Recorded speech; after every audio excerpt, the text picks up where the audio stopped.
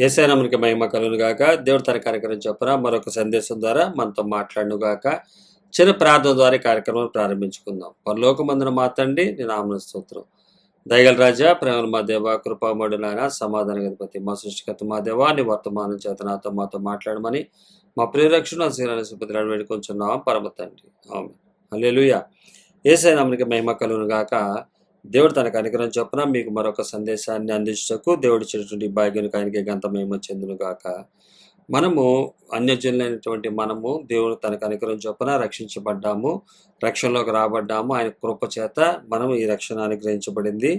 ఆ యేసుక్రీస్తు వారిని ఎప్పటికప్పుడు మనము తన యొక్క వాక్కుని అడుగు జాడలను నేర్చుకుంటూ మనము తనకు అనుగ్రహం చొప్పున మనం ముందుకు సాగవలసిన వారై ఉన్నాము. క్రొత్త నిబంధన పరిచర్య మనకి ఇవ్వబడింది. అన్యజనులైనటువంటి మనకు క్రొత్త నిబంధన పరిచర్య అనుగ్రహించబడింది. క్రొత్త నిబంధన పరిచర్య ఎలా ఉంటుందో మనం తప్పనిసరిగా మనం తెలుసుకోవాలి.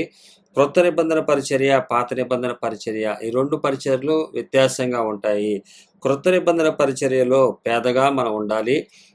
పాత నిబంధన పరిచర్యలో ధనికులుగా ఉన్నప్పుడు ధనికులుగా కనబడతారు. కానీ పాత నిబంధనలో క్రొత్త నిబంధన పరిచర్య వచ్చేసరికి పేద అంటే రాజు, పేద అని ఎలాగా డిఫరెన్స్ ఉంటుందో అలాగా ఇక్కడ మనకు కనబడుతుంది. రాజులుగా అక్కడ మనం ఉంటాము. పాత నిబంధన గ్రంథంలో యూదులు ఉంటారు. ఇక్కడ మనము పేదగా ఉంటాము. అయితే ఇక్కడ రాజు, పేద అన్న ఆ ఆలోచన మనకు ఉన్నప్పుడు రాజుగా ఉన్నవారు ఏ విధంగా ఉంటారు, పేదగా ఉన్నవారు ఏ విధంగా ఉంటారు. మనకి ఇవ్వబడింది పేద పరిచర్య, పేదలుగా ఉన్నటువంటి పరిచర్య. పేదలుగా నటించటం కాదు, ధరించుకోవటం. యేసుక్రీస్తు వారు ఏ విధంగా పేదవాడిగా ధరించుకుని వచ్చాడో, పశువుల పాకలో పుట్టాడో అదే మనమును ధరించుకోవాలని ఆయన ధరించుకుని మనకు చూపించాడు. పాత నిబంధన గ్రంథంలో ఏ విషయాల్ని కూడా ఆయన ధరించుకుని ఉన్నాడు. ఆయన గొప్ప దేవుడిగా ఉన్నాడు. ఆ ధరించుకున్నటువంటి స్థితిలో వారికి బోధించాడు. వారు ఆ విధంగా రాయల్టీగా బ్రతకలేదు. సరే, దరిద్రుడయ్యాడు. మనలను కూడా దరిద్రులుగా బ్రతకమన్నాడు. ఎవరు ఒప్పుకోరు. యేసుక్రీస్తు వారు దరిద్రులుగా బతకమని చెప్పాడని చెప్పి ఎవరు ఒప్పుకోరు. వారు ఏమంటారంటే ఆయన మన నిమిత్తం దరిద్రుడయ్యాడని చెప్తారు. మనలను ధనవంతులు చేయడానికి యేసుక్రీస్తు వారు దరిద్రుడయ్యాడు అన్న విషయాన్ని అంటారు. మనం అయితే క్రొత్త నిబంధన పరిచర్య అంటే పేదగా ఉండటము, ధనవంతులుగా ఉండటం కాదు. వదులుకొని పనిచేసి ఆయన చెప్పిన మాట ప్రకారం జీవించడం క్రొత్త నిబంధన పరిచర్య. దీనికి మీకు సాక్ష్యము, ఆధారం ఈరోజు నేను దేవుడు తనకు అనుగ్రహం చొప్పున పౌలు గారు ఇచ్చినటువంటి క్రొత్త నిబంధన పరిచర్యకు ఉన్నటువంటి సాక్ష్యాలేంటి, ఆధారాలేంటో ఈరోజు మీకు తెలియజేస్తా. కొరింథీయులకు రాసిన పత్రిక 2వ అధ్యాయము 14వ వచనం. కొరింథీయులకు రాసిన 2వ పత్రిక 2వ అధ్యాయం 14 నుంచి ఉన్నటువంటి వచనాలు మనం చూసినట్లయితే 3వ అధ్యాయము 4వ అధ్యాయము ఈ 2 అధ్యాయాలు మనం క్లియర్గా మనకు అర్థమవుతుంది. ఈ క్రొత్త నిబంధన పరిచర్య అంటే ఏంటో మనం చూద్దాం. కొరింథీయులకు రాసిన 2వ పత్రిక 2వ అధ్యాయము 14వ వచనం. మా ద్వారా ప్రతి స్థలమందును క్రీస్తుని గురించిన జ్ఞానము యొక్క సువాసనను కనుపరచచ్చు ఆయన యందు మమ్మును ఎల్లప్పుడూ విజయోత్సవముతో ఊరేగించుచున్న దేవునికి స్తోత్రము. 15వ వచనం. రక్షింపబడు వారి పట్లను నశించు వారి పట్లను మేము దేవునికి క్రీస్తు సువాసనై ఉన్నాము. నశించు వారికి మరణార్థమైన మరణపు వాసనగాను, రక్షింపబడు వారికి జీవార్థమైన జీవపు వాసనగాను ఉన్నాము. కావున ఇట్టి సంగతులకు చాలిన వాడెవడు? మేము దేవుని వాక్యమును కలిపి చెరిపెడి అనేకుల వలె ఉండక నిష్కాపాఠ్యము గలవారమును దేవుని వలన నియమింపబడిన వారమునై ఉండి క్రీస్తునందు దేవుని ఎదుట బోధించుచున్నాము. ఇక్కడ క్రీస్తును గురించిన జ్ఞానము యొక్క సువాసన కనుపరచుటకు ఆయన యందు మమ్మును ఎల్లప్పుడూ విజయోత్సవంతో ఊరేగించిన దేవునికి స్తోత్రము. రక్షింపబడి వారి పట్లను నశించు వారి పట్లను మేము దేవునికి క్రీస్తు సువాసనై ఉన్నాము. నశించు వారికి మరణపు వాసనగాను, రక్షింపబడి వారికి జీవార్థపు జీవార్థమైన జీవపు వాసనగాను ఉన్నాము. అంటే ఇక్కడ 2 రకాలైనటువంటి వాసనల గురించి ఆయన తెలియజేస్తున్నాడు. ఒక పౌలు గారు నిలబడి చెప్తున్నాడు, ఈరోజు యేసుక్రీస్తు వారికి ఇవ్వబడినటువంటి యేసుక్రీస్తు వారు మనకి ఇచ్చినటువంటి పరిచర్య ఏంటంటే, ఏం చేయమని చెప్తున్నాడంటే, ఈ లోకములో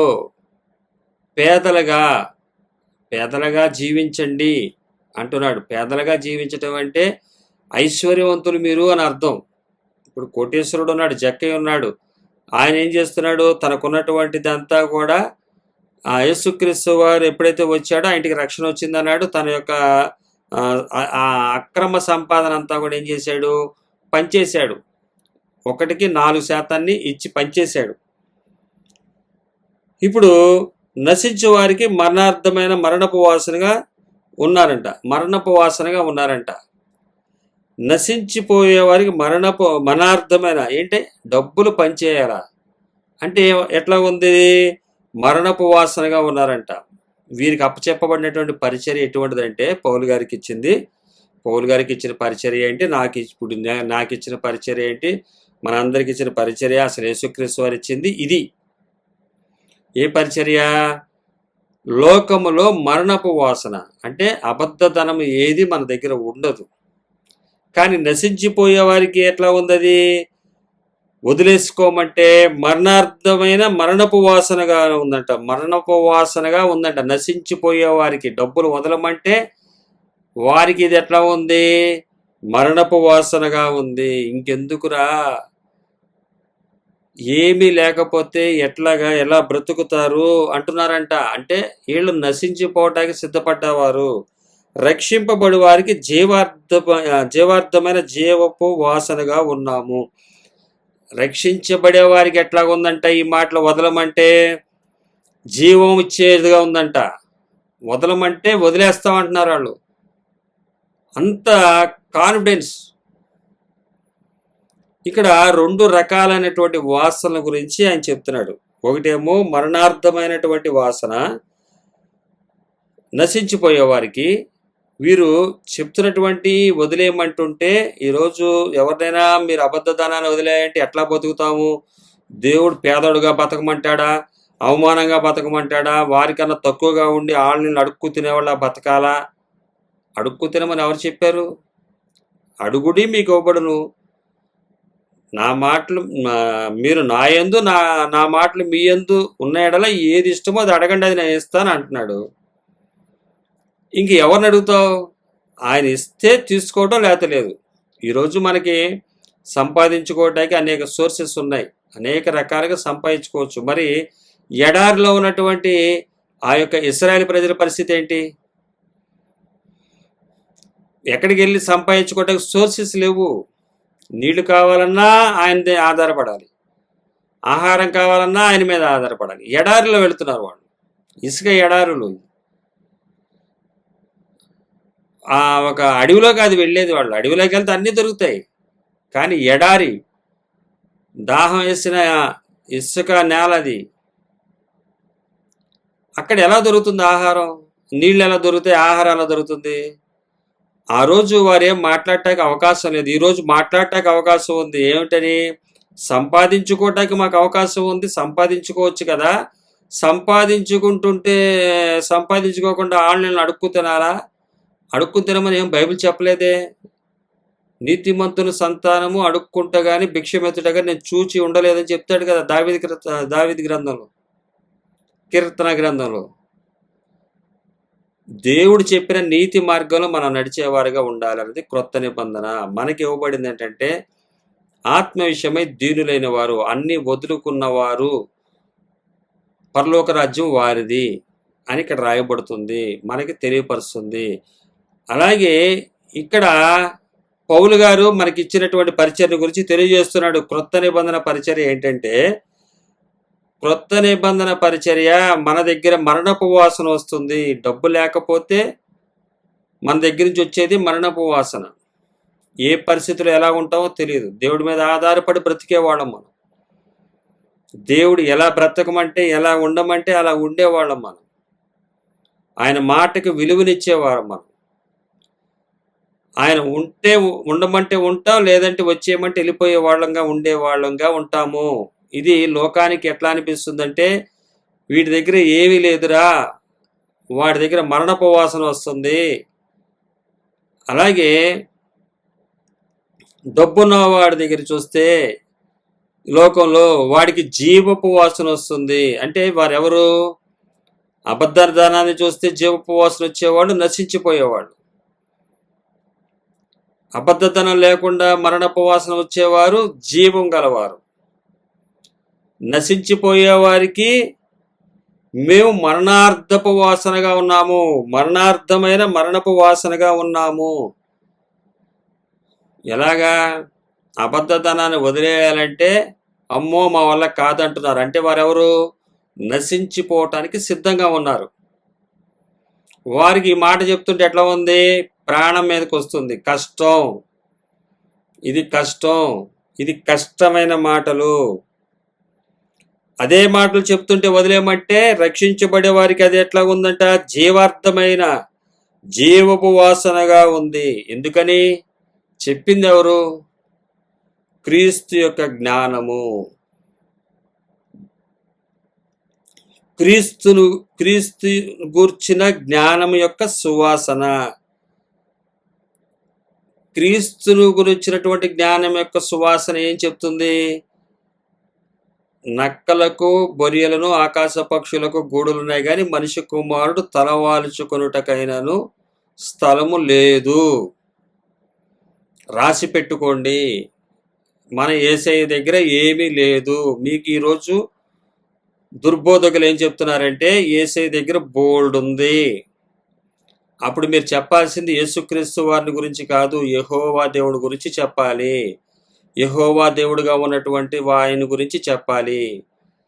మరి యేసుక్రీస్తు వారుగా వచ్చి ఆయన ఏం చేశాడు? ఆయన నెరవేర్చాడు, కొట్టేశాడు పాత నిబంధన గ్రంథాన్ని. కొట్టివేయబడిన దాన్ని తీసుకుని, మృతమైన దాన్ని తీసుకుని నీవు దానికి జీవాన్ని తెచ్చుకుంటే నీవు నశించిపోతున్నావు. మరణపు వాసన నీ దగ్గర ఉంది, అది నశించిపోయేవాడి దగ్గర వచ్చే వాసన. అది నీకు సువాసనగా అనిపిస్తుంది, కానీ అది మరణపు వాసన. రక్షింపబడు వారికి జీవార్థమైన వాసన క్రీస్తు వారిని గురించినటువంటి జ్ఞానము. క్రీస్తు వారి యొక్క సువాసన, జ్ఞానము యొక్క సువాసన. అది ఏం చెప్తుంది? జ్ఞానం అంటే యేసుక్రీస్తు వారు. యేసుక్రీస్తు వారిని గురించినటువంటి జ్ఞానము గురించినటువంటి సువాసన ఏం చెప్తుంది? భూమి మీద మీ కొరకు ఏమీ కూర్చుకొనవద్దు. ఇక్కడ దొంగ ఉన్నాడు, ఎత్తుకుపోతాడు, చిమ్మిట కొడుతుంది, అది ఉండేది కాదు. మీ హృదయం ఎక్కడుంటుందో, మీ ధనం ఎక్కడుంటుందో మీ హృదయం కూడా అక్కడే ఉంటుంది. కాబట్టి అబద్ధ ధనాన్ని కూర్చుకోమాకండి అన్నది క్రీస్తుని గురించినటువంటి జ్ఞానం మనకు తెలియజేస్తుంది. ఆయన 2 చేతులు ఇలా చూపిస్తున్నాడు, గాయాలే తప్ప చేతిలో ఏ ఆస్తులు లేవు. ఈరోజు నా చేతులు చూపించినప్పుడు నా చేతుల్లోకి ఏ పవర్ ఉందో నేను చూపించాలి.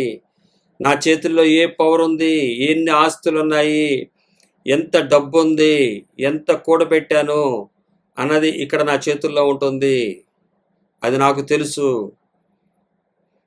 అలాగే యేసుక్రీస్తు వారి చేతిలో ఏమీ లేదు, నా చేతిలో కూడా ఉండకూడదు. మరి బ్రతకటం ఎలాగా? అదే మరణపు వాసన, కానీ అది లోకానికి, కానీ అది జీవపు వాసన. ఇది క్రీస్తు వారిని గురించినటువంటి జ్ఞానం యొక్క సువాసన.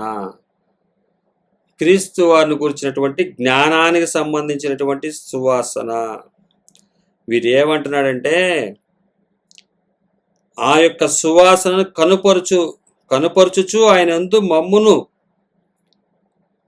ఆ జ్ఞానం యొక్క సువాసనను కనుపరచుచు ఆయన యందు మమ్మును ఎల్లప్పుడూ విజయోత్సవముతో ఊరేగించుచున్న దేవునికి స్తోత్రము.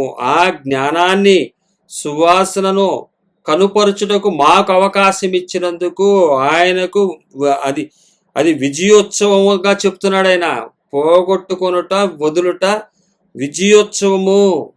క్రీస్తు యొక్క జ్ఞానం ఏం చెప్తుంది? వదలటము. అది ఏం చూపిస్తుంది? ఎల్లప్పుడు విజయోత్సవంతో ఊరేగించుచున్న దేవునికి స్తోత్రం చెప్తున్నాడు. ఎవరన్నా ఈ లోకంలో చూసినట్లయితే మాకు దేవుడు అది ఇచ్చాడండి, ఈ ఇచ్చాడని చెప్పి కృప కృప కృప అంటున్నాడు. కానీ క్రీస్తు యొక్క జ్ఞానం యొక్క సువాసనను జీవార్థమైందని మేము గుర్తుపట్టటము మా జీవితాలకి విజయోత్సవము. అది మమ్మల్ని ఆ విజయోత్సవముతో ఊరేగించుచున్న దేవునికి స్తోత్రం అంటున్నారు. అంటే వదులుకున్నవి, పోగొట్టుకున్నవి, ఉద్యోగాన్ని వదిలేసుకున్నారు, పెద్ద పెద్ద ఆస్తులను, తమ కలిగిన వాటిని అన్నిటిని వదిలేసుకుని విజయోత్సవాన్ని చేస్తున్నటువంటి ఊరేగించుచున్న దేవునికి స్తోత్రం అంటున్నారు. కానీ బిల్డింగ్లను చూసి, పొలాలను చూసి, జనాల్ని చూసి, చర్చిల్ని చూసి స్తోత్రాలు స్తోత్రాలు చెప్తున్నారు. జాగ్రత్త. నిజమైన స్తోత్రము, దేవునికి తీసుకొచ్చే స్తోత్రము ఇది కదా క్రొత్త నిబంధన పరిచర్య. ఈ క్రొత్త నిబంధన పరిచర్య తప్పనిసరిగా మనం ఎరిగిన వారై ఉండాలి. ఈ క్రొత్త నిబంధన పరిచర్యలో లోకానికి మనం మరణార్థమైనటువంటి వాసనగా ఉంటాము. కానీ అది రక్షించబడుచున్న మనకు జీవార్థమైనటువంటి జీవపు వాసనది. క్రీస్తు యొక్క జ్ఞానం యొక్క సువాసనది. ఆ జ్ఞానాన్ని, మొరుగై ఉన్నటువంటి జ్ఞానాన్ని ఆ విధంగా ఉంచాడు ఆయన. కొరింథీయులకు రాసిన మొదటి పత్రిక 1వ అధ్యాయం 21వ వచనం. దేవుని జ్ఞానానుసారంగా లోకము తన జ్ఞానము చేత దేవునిని ఎరుగకుండినందున. దేవుని జ్ఞానానుసారముగా లోకము తన జ్ఞానము చేత దేవునిని ఎరగకుండినందున. దేవుని జ్ఞానానుసారముగా, దేవుని యొక్క జ్ఞానానుసారముగా. లోకమైతే తన జ్ఞానము చేత దేవుని ఎరగకుండినందున. లోకము తన జ్ఞానం చేత దేవుణ్ణి ఎరుగకుండింది దేవుని జ్ఞానానుసారముగా. అంటే దేవుని జ్ఞానం ఏంటి? లోకాన్ని వదిలే జ్ఞానము. కానీ లోకము తన జ్ఞానము చేత దేవుని ఎరుగకుండింది. లోకము చెప్పేదేంటి? సంపాదించుకున్నట్టే శ్రేష్టమని. కానీ దేవుని జ్ఞానానుసారం ఏం చెప్తుంది? వదులుకొనుటనే శ్రేష్టమని. అది సువార్త. వదులుకొనుట సువార్త. ఈ సువార్త ఏం చెప్తున్నాడు? సువార్త ప్రకటనను వెర్రితనము చేత నమ్మువారిని రక్షించుట దేవుని దయాపూర్వక సంకల్పమాయను. సువార్త ప్రకటన యను వెర్రితనము. సువార్త ప్రకటన యను వెర్రితనము చేత నమ్మువారిని రక్షించుట దేవుని దయాపూర్వక సంకల్పమైనది. ఈ సువార్త ప్రకటన అని వెర్రితనం అన్నమాట. ఈరోజు మనం అన్ని వదులుకుంటున్నామంటే వీడు వెర్రోడ్రా. చాలా మందిని, నాకు తెలిసినటువంటి వారిని, ఉద్యోగాలు వదిలేసుకున్న వారిని వెర్రివాళ్ళు. అంత పెద్ద ఉద్యోగాన్ని ఎందుకు వదులుకున్నావు? యేసుక్రీస్తు వారి గురించి ఎందుకు వదులుకున్నావు? అది బ్రతకాలి కదా, శ్రేష్టంగా బ్రతికే అవకాశం వచ్చి నువ్వు మంచి ఉద్యోగాన్ని ఎందుకు వదులుకున్నావు అంటారు. కానీ సువార్త ప్రకటన ఎట్లా ఉంది? వెర్రితనము చేత, వెర్రితనముగా ఉంది లోకానికి. ఇది సువార్త మనకు చెప్పబడింది. క్రొత్త నిబంధన పరిచర్యకి ఇవ్వబడినటువంటి సువార్త ఇది. లోకము తన జ్ఞానము చేత దేవుని ఎరగకుండినందున. లోకము దేవుని ఎరిగి ఉండదు. ఎందువల్ల? అది తనకున్నటువంటి జ్ఞానము. ఇది ఉంటేనే బ్రతుకుతాము, ఇది శ్రేష్టమైనది, ఇది అంతకన్నా శ్రేష్టమైంది, అది ఇంతకన్నా శ్రేష్టమైంది. ఒక ఉద్యోగానికి మించింది ఒకటి. ఇప్పుడు స్టేట్ గవర్నమెంటు, సెంట్రల్ గవర్నమెంటు, అలాగే యుఎస్ఏ గవర్నమెంటు ఎలాగైతే పైకి ఎలాగైతే మార్పులు చెందుతూ ఆ గవర్నమెంట్లో ఉద్యోగాలంటే దానికి ఉన్నటువంటి శ్రేష్టతను లోక జ్ఞానం అది. ఆ జ్ఞానం చేత దేవుని జ్ఞానాన్ని ఎరగకున్నది. అది లోక జ్ఞానాన్ని బట్టి దేవుని జ్ఞానాన్ని ఎరగట్లేదు. దేవుని జ్ఞానం ఏంటి? దేవుని జ్ఞానానుసారం ఏంటది? సువార్త మనకి వెర్రితనము చేత నమ్మువారికి రక్షించుటకు. వదలటం ఏంటి? దేవుడు అంటే ఇంకా శ్రేష్టమైనది ఇవ్వాలి కదా. నేను ప్రార్థిస్తే నాకు మంచి ఉద్యోగం ఇచ్చాడు, నాకు ఇంకా అనేక రకాలుగా ఆశీర్వాదాలు వచ్చినాయి, నేను ఎంతవరకు డెవలప్ అవుతున్నాను. ఇది లోకము తన జ్ఞానము చేత దేవుని ఎరగకుందది. అది కృప అంటున్నారు. కానీ అసలైనటువంటి కృప ఏం చెప్తుంది ఇక్కడ కొరింథీయులకు రాసిన 2వ పత్రికలో? క్రీస్తుని గుర్చిన జ్ఞానం యొక్క సువాసన కనుపరుచు నిమిత్తం ఆయన యందు మమ్మును ఎల్లప్పుడూ విజయోత్సవముతో ఊరేగించుచున్న దేవునికి స్తోత్రము. వదులుకుంటూ వెళుతున్నటువంటిది కృప అని ఇక్కడ చెప్పబడుతుంది. లోక జ్ఞానం ఏం చెప్తుంది? సంపాదించుకుంటేనే కృప అంటుంది, కానీ వదలటమే కృప అని ఇక్కడ ఈ ఈ విషయంలో విజయోత్సవముతో ఊరేగించుచున్న దేవునికి స్తోత్రం అంటున్నాడు. ఈరోజు మనం చెప్పగలమా?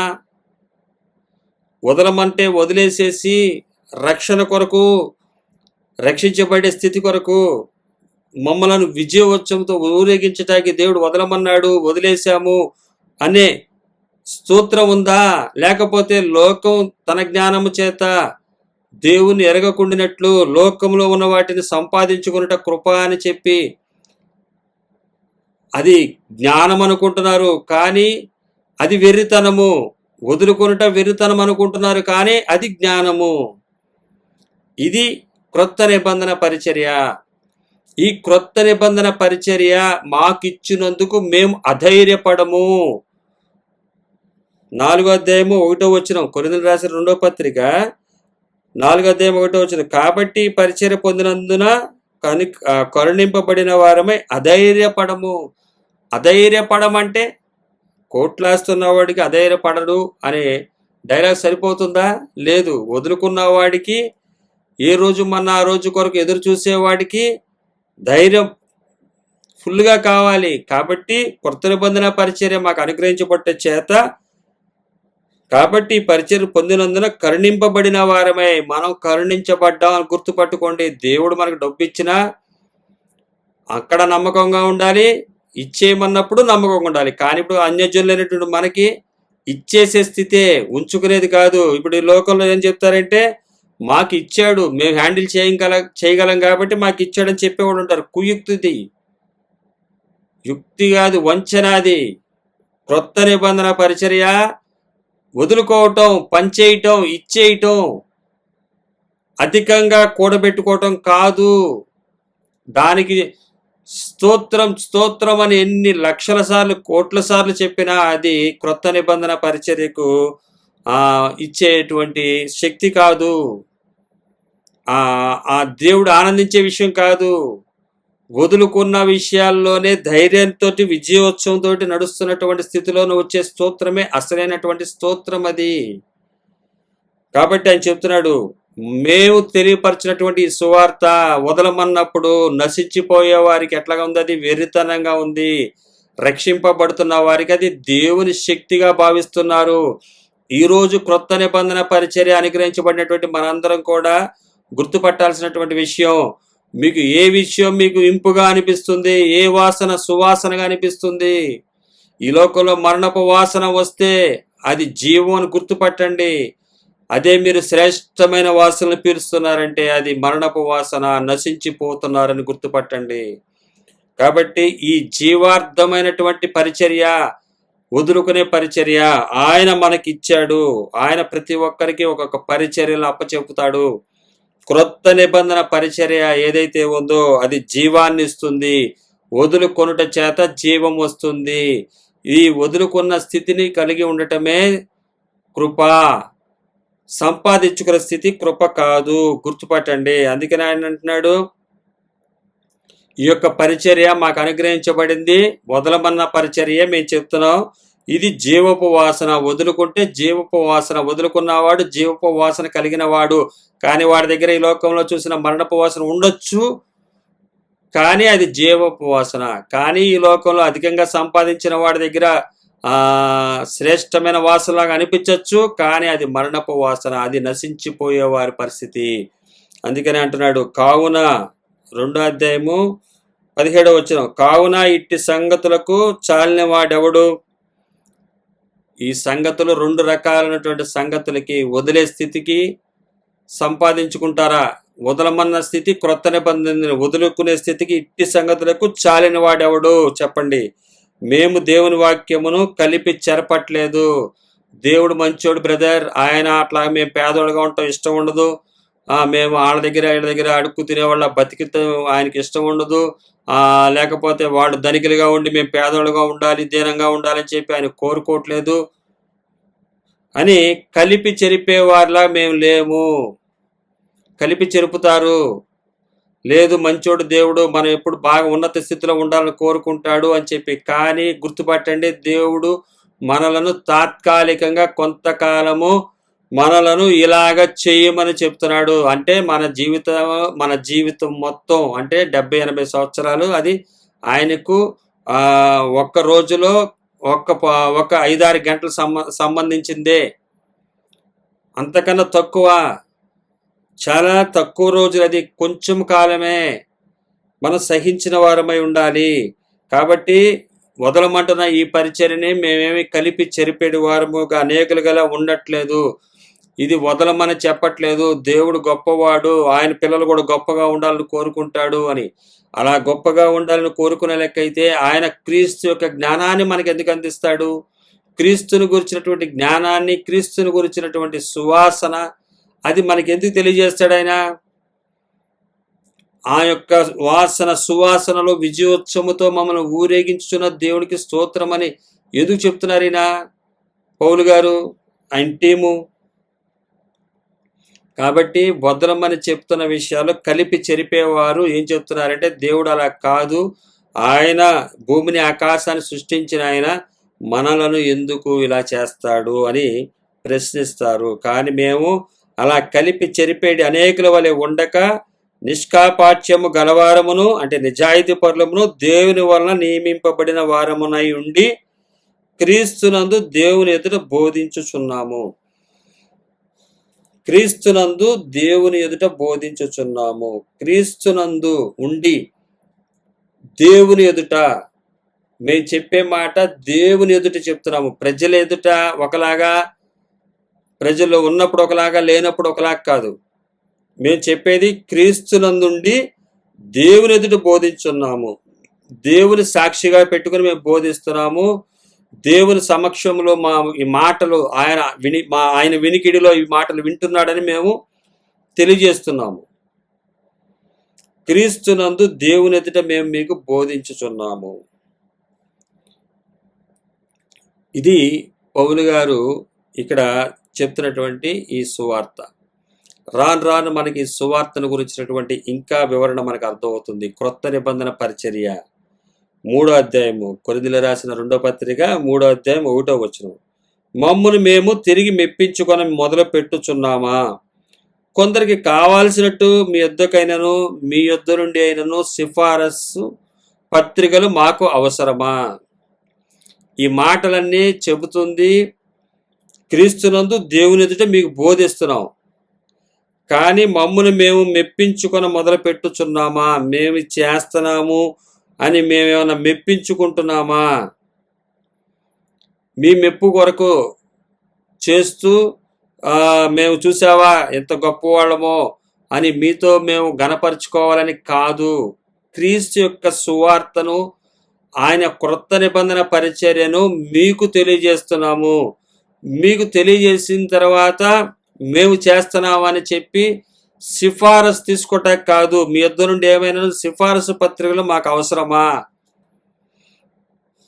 మీ దగ్గర నుంచి మాకు ఏమన్నా గొప్ప అంటే మీరు చాలా గొప్పోళ్ళండి, మీరు ఇంత పరిచయం చేస్తున్నారని మీరు దగ్గర నుంచి సిఫారసులు తీసుకోవటానికి ఇది మేము చెప్పట్లేదు, చేస్తున్నామని కూడా అనట్లేదు. కానీ చేస్తున్నాము, క్రీస్తునందుండి మేము చేస్తున్నాము.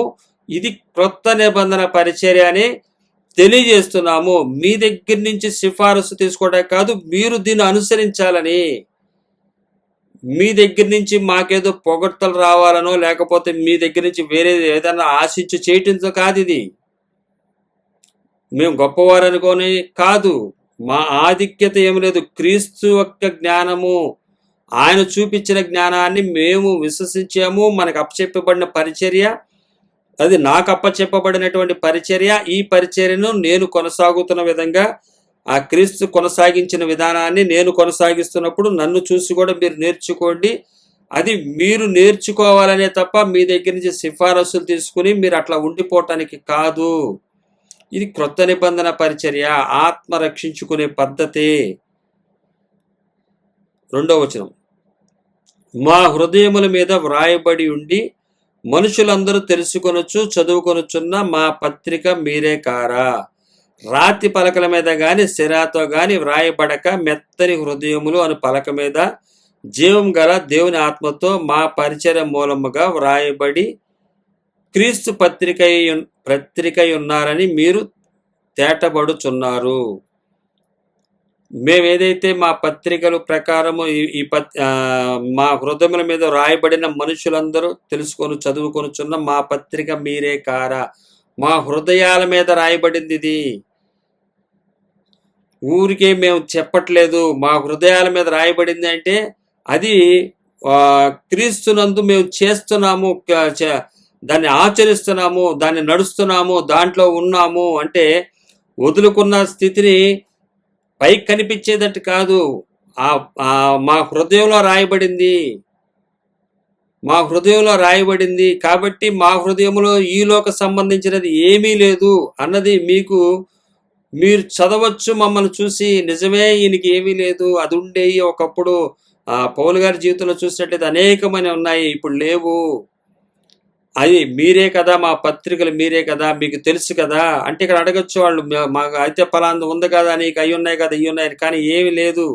రాతి పలకల మీద గాని సిరాతో గాని రాయబడక మెత్తని హృదయములు అను పలకల మీద జీవంగల దేవుని ఆత్మతో మా పరిచర్య మూలంగా రాయబడిన క్రీస్తు పత్రిక ఉన్నారని మీరే తేటపడుచున్నారు. అంటే మీరు దానికి సాక్ష్యంగా ఉన్నారు. మాలో పాపం ఉందని మీరు ఎవరైనా స్థాపించగలరా అని యేసుక్రీస్తు వారు అడిగాడు.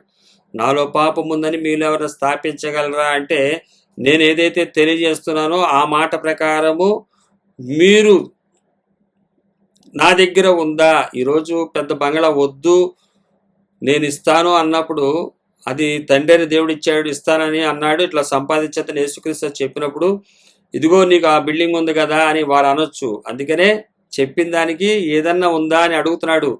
లేకపోతే నాలో పాపం ఉందా, నీ లోపల ఉన్న పాపాలు మాకెట్టా తెలుస్తాయి? ఒక వ్యక్తిలో ఉన్నటువంటి పాపాలు మనకు ఎలా తెలుస్తాయి? ఆయన పైకి చెబుతున్నటువంటి మాట, నా దగ్గర ఏ ఆస్తి ఉన్నా అది పాపమే, అది మీ దగ్గర ఉన్న పాపమే, వదలండి అని చెప్తున్నటువంటి యేసుక్రీస్తు వారు ఆయన ఉంచుకుంటే ఇప్పుడు నేను చెప్పిన మాటకి ఏదన్నా ఉందా నా దగ్గర ఆస్తి, నాలో పాపం ఉందని మీలో ఎవరైనా స్థాపించగలరా అని ఆయన అడిగినప్పుడు వీరు ఏమీ చూపించలేకపోయారు. అంటే చూపించగలుగుటకు ఉంది అవకాశం. అలాగే పౌలు గారు కూడా రాస్తున్నటువంటి పత్రికలు అంటున్నాడు, రాతి పలకల మీద కానీ సిరాతో కానీ రాయబడక మెత్తని హృదయములు అను పలకల మీద జీవం గల దేవుని ఆత్మతో మా పరిచర్య మూలముగా రాయబడిన క్రీస్తు పత్రికై ఉన్నారని మీరు తేటపరచబడుచున్నారు. పత్రికై ఉన్నారని మీరు తేటపరచబడుచున్నారు. మీకు మా సంగతి తెలుసు. 4వ వచనం, క్రీస్తు ద్వారా దేవుని ఎదుట మాకిట్టి నమ్మకము కలదు. మాకు కూడా క్రీస్తు ద్వారా దేవుని ఎదుట, యేసుక్రీస్తు వారి పోలికగా దేవుని ఎదుట మాకిట్టి నమ్మకము కలదు. మాకు కూడా ఇట్టి నమ్మకము కలదు. మా వలన ఏదైనాను అయినట్లుగా ఆలోచించుటకు మా అంతటా మేమే సమర్థులము కాదు. మా సామర్థ్యము దేవుని వల్లనే కలిగి ఉన్నది. ఇది మా వల్ల కాదు. వదిలి చూపించినటువంటి యేసుక్రీస్తు వారి యొక్క జ్ఞాన సువాసన ద్వారా, ఆ సామర్థ్యం ద్వారా మేము చేయగలుగుతున్నాము. ఆయన చేసి చూపించిన దాన్ని మేము కూడా ఈ భూమి మీద చేయగలము అని ఆయన చూపించుట చేతే చేస్తున్నాము. ఎవరన్నా ప్రాక్టికల్గా ఒక కారు డ్రైవింగ్ నేర్చుకున్న వ్యక్తి ద్వారా మనం నేర్చుకుంట చేత మన సామర్థ్యం కాదు, ఒకరు సామర్థ్యాన్ని కలిగి ఉండి మనకు అదే సామర్థ్యాన్ని కలుగుటకు సహకరించారు. అది మా సామర్థ్యము కాదు. ఇది నేను ఈరోజు డ్రైవింగ్ చేస్తున్నంటే నా సామర్థ్యము కాదు, నాకు నేర్పినటువంటి వారు. అలాగే నాకు నేర్పింది ఎవరంటే యేసుక్రీస్తు. క్రీస్తు ద్వారా దేవుని వలన మాకిట్టి నమ్మకము కలదు. దేవుని వలన మాకిది జరిగింది, ఈ సామర్థ్యం మాకు కలిగింది. ఎన్ని చెప్పుటకు గల కారణం ఏంటంటే క్రొత్త నిబంధన పరిచర్య అంటే వదులుకునేది. ఇన్ని మాటలు చెప్పటం గల కారణం ఏంటంటే వదలటం అంటే చాలా కష్టంతో కూడినటువంటి పరిస్థితి. కోటీశ్వరుడు వెంటనే దేవుడు రక్షణ వస్తే జక్కయ్యలాగా వదులుకునే స్థితి అందరిలో మనం చూడలేం. ఇంటికి రక్షణ వచ్చిందన్నప్పుడు అన్ని వదులుకోవాలి. ఇది క్రొత్త నిబంధన పరిచర్య. ఈ క్రొత్త నిబంధన పరిచర్యకు సాక్ష్యాలు, ఆధారాలు అన్నీ ఇక్కడ పౌలు గారు వివరంగా తెలియజేస్తున్నాడు. ఇది మా వల్ల కలిగిన సామర్థ్యం కాదు, మా సామర్థ్యం కాదు, దేవుని వలన కలిగి ఉంది. తండ్రి అయినటువంటి దేవుడు తన కుమారుడైన యేసుక్రీస్తు వారిని భూమి మీద పంపించడం చేత ఆ సామర్థ్యం మాకు అవకాశం వచ్చింది. ఆయనే మమ్మును క్రొత్త నిబంధనకు అనగా అక్షరమునకు కాదు గాని ఆత్మకే పరిచారకుల అవుటకు మాకు సామర్థ్యము కలిగించి ఉన్నాడు. అక్షరము కాదు, అక్షరానికి కాదు, ఆత్మకే పరిచారకం అవుటకు మాకు సామర్థ్యము కలిగించి ఉన్నాడు. ఈ ఆయనే మమ్మల్ని క్రొత్త నిబంధనకు ఆత్మ సంబంధించినటువంటి రక్షణ కొరకు, ఆత్మ విషయమై దీనులైన వారు ధన్యులు, పరలోక రాజ్యం వారిది. ఆత్మ కొరకు, ఆత్మను రక్షించుకొనుట కొరకు పేదలుగా మారటం అంటే అసలు ఏమీ లేకుండా ఉండమని ఆయన ఏం చెప్పలా. అసలు ఏమి వద్దు, అన్ని వదిలేసి చెట్టు కింద బ్రతకమని చెప్పలా. నా కాడి సులువు, నా భారము తేలిక అన్నాడు. మీరు అధికముగా కూర్చోకండి, మీకున్న దాంతో సంతృష్టి కలిగి ఉండండి, మీకు కలిగిన వాటితోనే ఉండండి. మీరు అత్యధికమైనటువంటి దాంట్లోకి వెళ్ళిపోమాకండి. ఆ అధిక ధనాన్ని కూర్చుకునే జ్ఞానంలోకి, లోక జ్ఞానంలోకి వెళ్ళిపోమాకండి. మీ కొరకు శ్రేష్టమైన వాటిని దాచుకోమాకండి. దేవుణ్ణి పూర్ణ హృదయంతో అనుసరించండి, అలాగే నిన్ను వలె నీ పొరుగు అని ప్రేమించండి. ఏమీ లేకుండా మొత్తం వదిలేసి కూర్చుంటే నేను ఈరోజు వచ్చి మీకు అన్నం పెడతానని చెప్పట్లేదు ఆయన. పౌలు గారు దివారాత్రులు కష్టపడి జీవనం చేస్తూ తెస్సలోనికైయులకు రాసిన పత్రిక, మొదటి పత్రిక 2వ అధ్యాయము 9వ వచనం. అవును సహోదరులారా, మా ప్రయాసము కష్టమును మీకు జ్ఞాపకం ఉన్నది కదా. మేము మీలో ఎవరికైనాను భారముగా ఉండకూడదని రాత్రింపగళ్ళు కష్టం చేసి జీవనము చేయొచ్చు మీకు దేవుని సువార్తను ప్రకటించితిమి. మన చేతులతో కష్టపడాలి, మితముగా ఉండాలి, హెచ్చుగా వెళ్ళిపోకూడదు. హెచ్చుగా కూర్చుకున్న వారికి హెచ్చుగా మిగలదు, తక్కువగా కూర్చుకున్న వారికి తక్కువ కాలేదు అని రాయబడుతుంది. కాబట్టి హెచ్చుగా కూర్చుకుని జీవనానికి సంబంధించినంత వరకు మీకు కలిగిన దాన్ని మీ స్వహస్తాలతో కష్టపడుతూ చేసుకుంటూ దేవుని వాక్యానికి ఇబ్బంది కలగకుండా, దేవుని పరిచర్యకు ఆటంకం కలగకుండా, ఎవరి మీద భారాన్ని పెట్టకుండా, ఎవరికి భారంగా ఉండకుండా, ఒకరి భారాన్ని ఒకరు మోస్తూ క్రొత్త నిబంధన పరిచర్య చేసుకోవాలి. ఒకరికి అన్యోన్య సహవాసం వస్తుంది, ప్రేమలు వస్తాయి, ఒకరినొకరు ఆదరించే విధానాన్ని వస్తుంది. ఇవన్నీ రాయబడుతుంటాయి ఇక్కడ మాటలు. సరిగ్గా మనం వీటిని ధ్యానించాల్సిన వారమై ఉన్నాము. ఈరోజు ఏ చేతులతో కష్టపడకుండా ఇంట్లో కూర్చోండి, ఇంకేం అవసరం లేదంటే అది కరెక్ట్ కాదు కదా.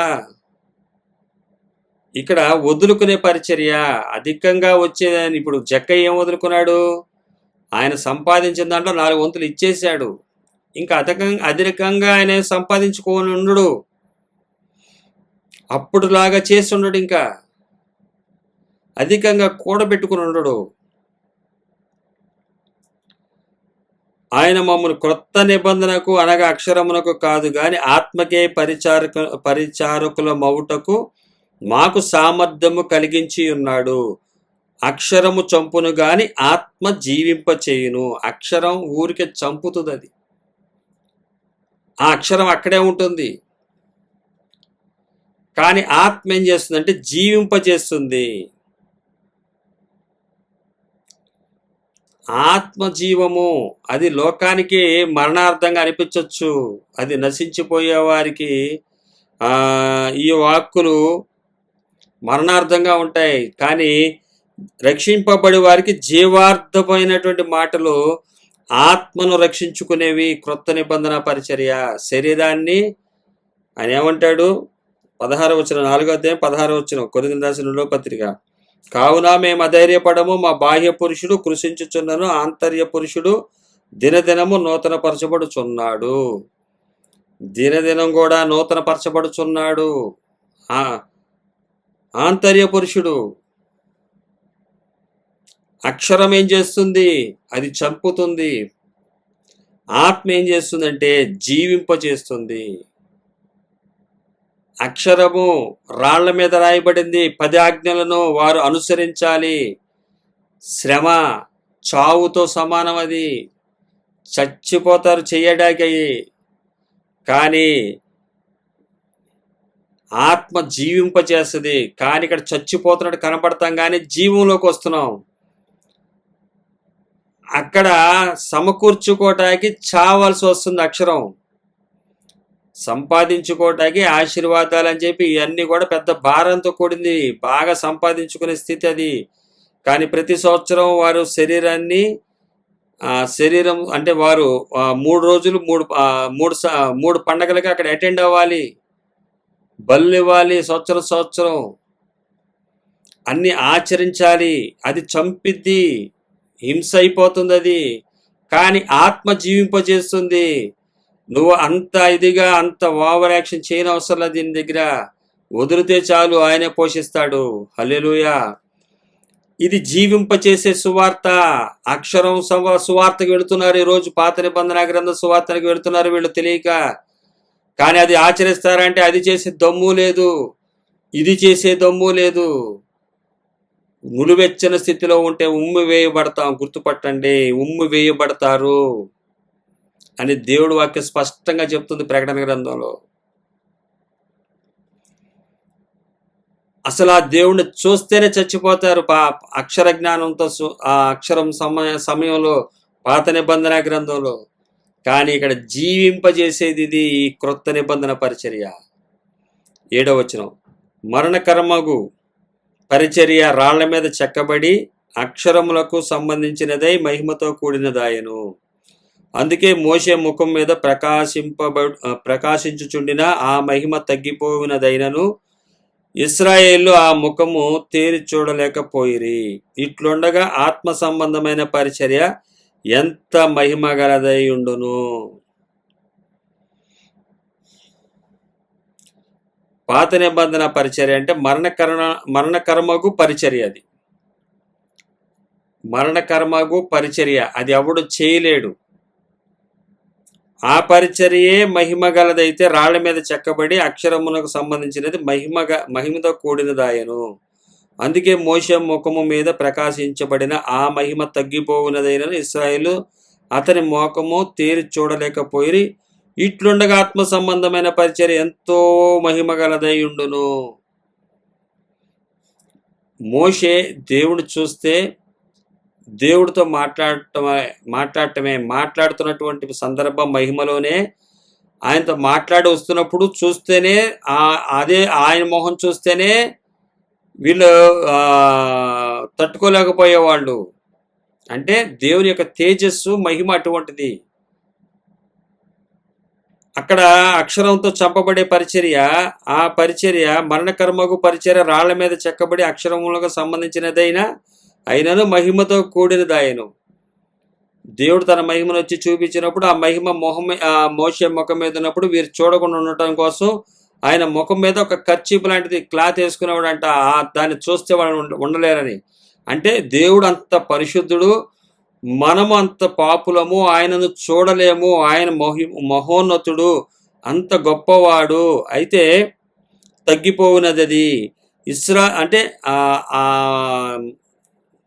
మహిమతో కూడినదైనను మోషే ముఖం మీద ప్రకాశించుచుండిన ఆ మహిమ తగ్గిపోయినదైనను ఇశ్రాయేలు అతని ముఖమును తేరి చూడలేకపోయిరి.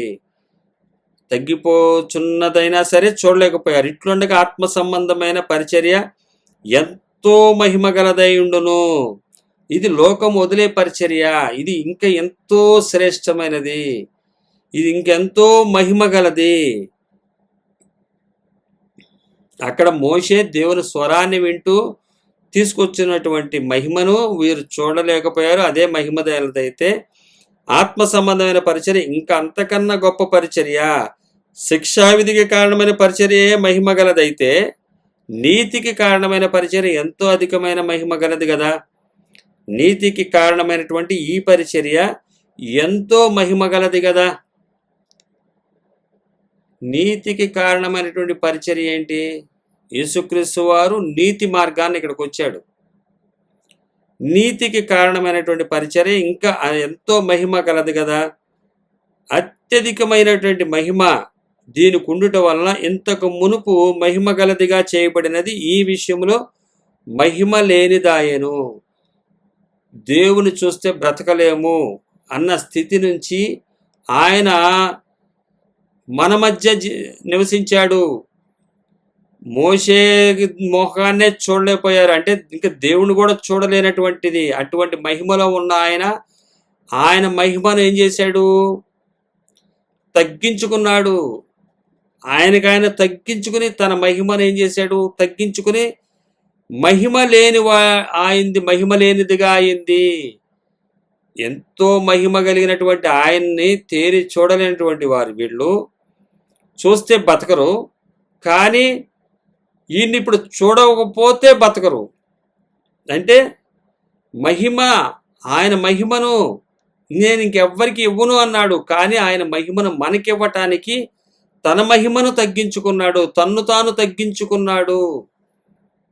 ఎంత గొప్ప పరిచర్య ఇది!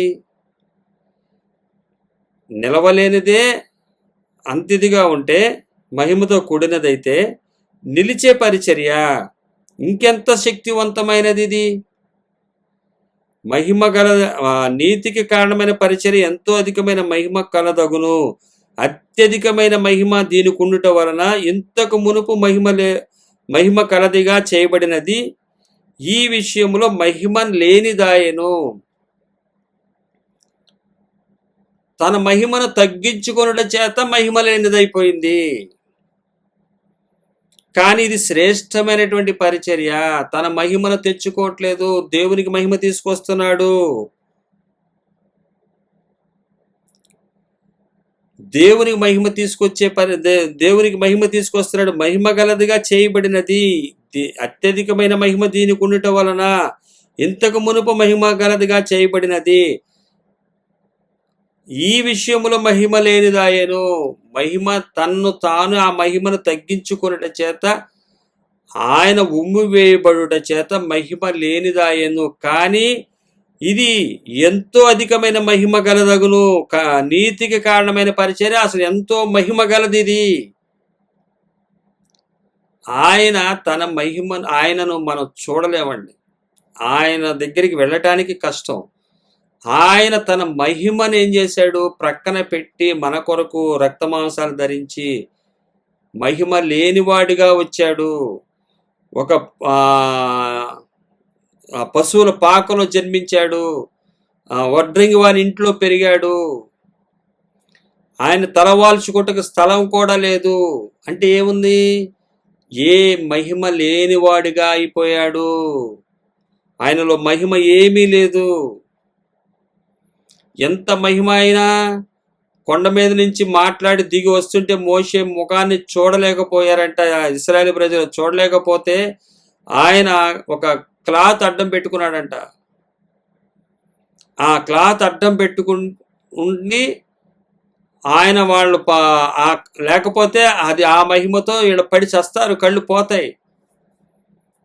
అట్లాంటిది ఆయన మహిమను తగ్గించుకుని వచ్చి మహిమ లేనివాడిగా మన మధ్య ఉన్నాడు. కానీ ఈరోజు పాస్టర్స్ డబ్బులు దశంభాగాలతోటి గొప్ప గొప్ప వారికి అయిపోయి దేవుని కన్నా మహిమ పరులుగా తయారై చూపిస్తున్నారు. ఇదే దేవుని మహిమ అని చెప్తున్నారు. లేకుండా ఉండటమే మరలా సంపాదించుకోవటమే అని, ఉండేదాన్ని వదులుకొని ఉండటమే కృప అంటే, లేనిది సంపాదించుకోవటమే కృప అని అబద్ధాన్ని చెప్పి అబద్ధధనాన్ని సంపాదించుకుంటున్నారు. ఆయనకున్నటువంటి మహిమను వదిలి మన దగ్గరికి రావటం కృప అయితే, ఆ మహిమను అనుసరించటము మనకి ఇవ్వబడినటువంటి కృప. మనకి మహిమ తెచ్చుకోవటం కాదు, తండ్రికి మహిమ తీసుకురావటానికి ఆయన మహిమ లేనివాడిగా మనల్ని విమోచించటానికి వచ్చాడైనా. అత్యధికమైన మహిమ దీనికి ఉండటం వల్ల ఇంతకు మునుపు మహిమ గలదిగా చేయబడినది, ఇంతకు ముందు మహిమ గలదిగా చేయబడినది, ఈ విషయములో మహిమ లేనిదాయను. అంత గొప్ప దేవుడు, మహిమ కలిగి ఉన్నటువంటి ఆయన ఈ విషయంలో మనలను మహిమకు తీసుకువెళ్ళటానికి మహిమ లేనిదిగా మార్చబడింది.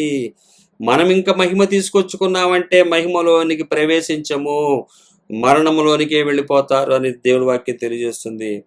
తగ్గిపోవునదే 11వ వచనం, తగ్గిపోవునదే మహిమ గలదై ఉండిన ఎడల నిలుచున్నది మరి ఎక్కువ మహిమ గలదై ఉండును కదా. అసలు తగ్గిపోయేదాన్ని మోషే ముఖాన్ని చూడలేకపోయారంటే అది మహిమ గలదంటే తగ్గిపోయేది ఆ మహిమగా ఉంటే నిలుచున్నది మరి ఎక్కువ మహిమ గలదే ఉండును కదా. నిలుచున్నది అంటే దేవుని మహిమ.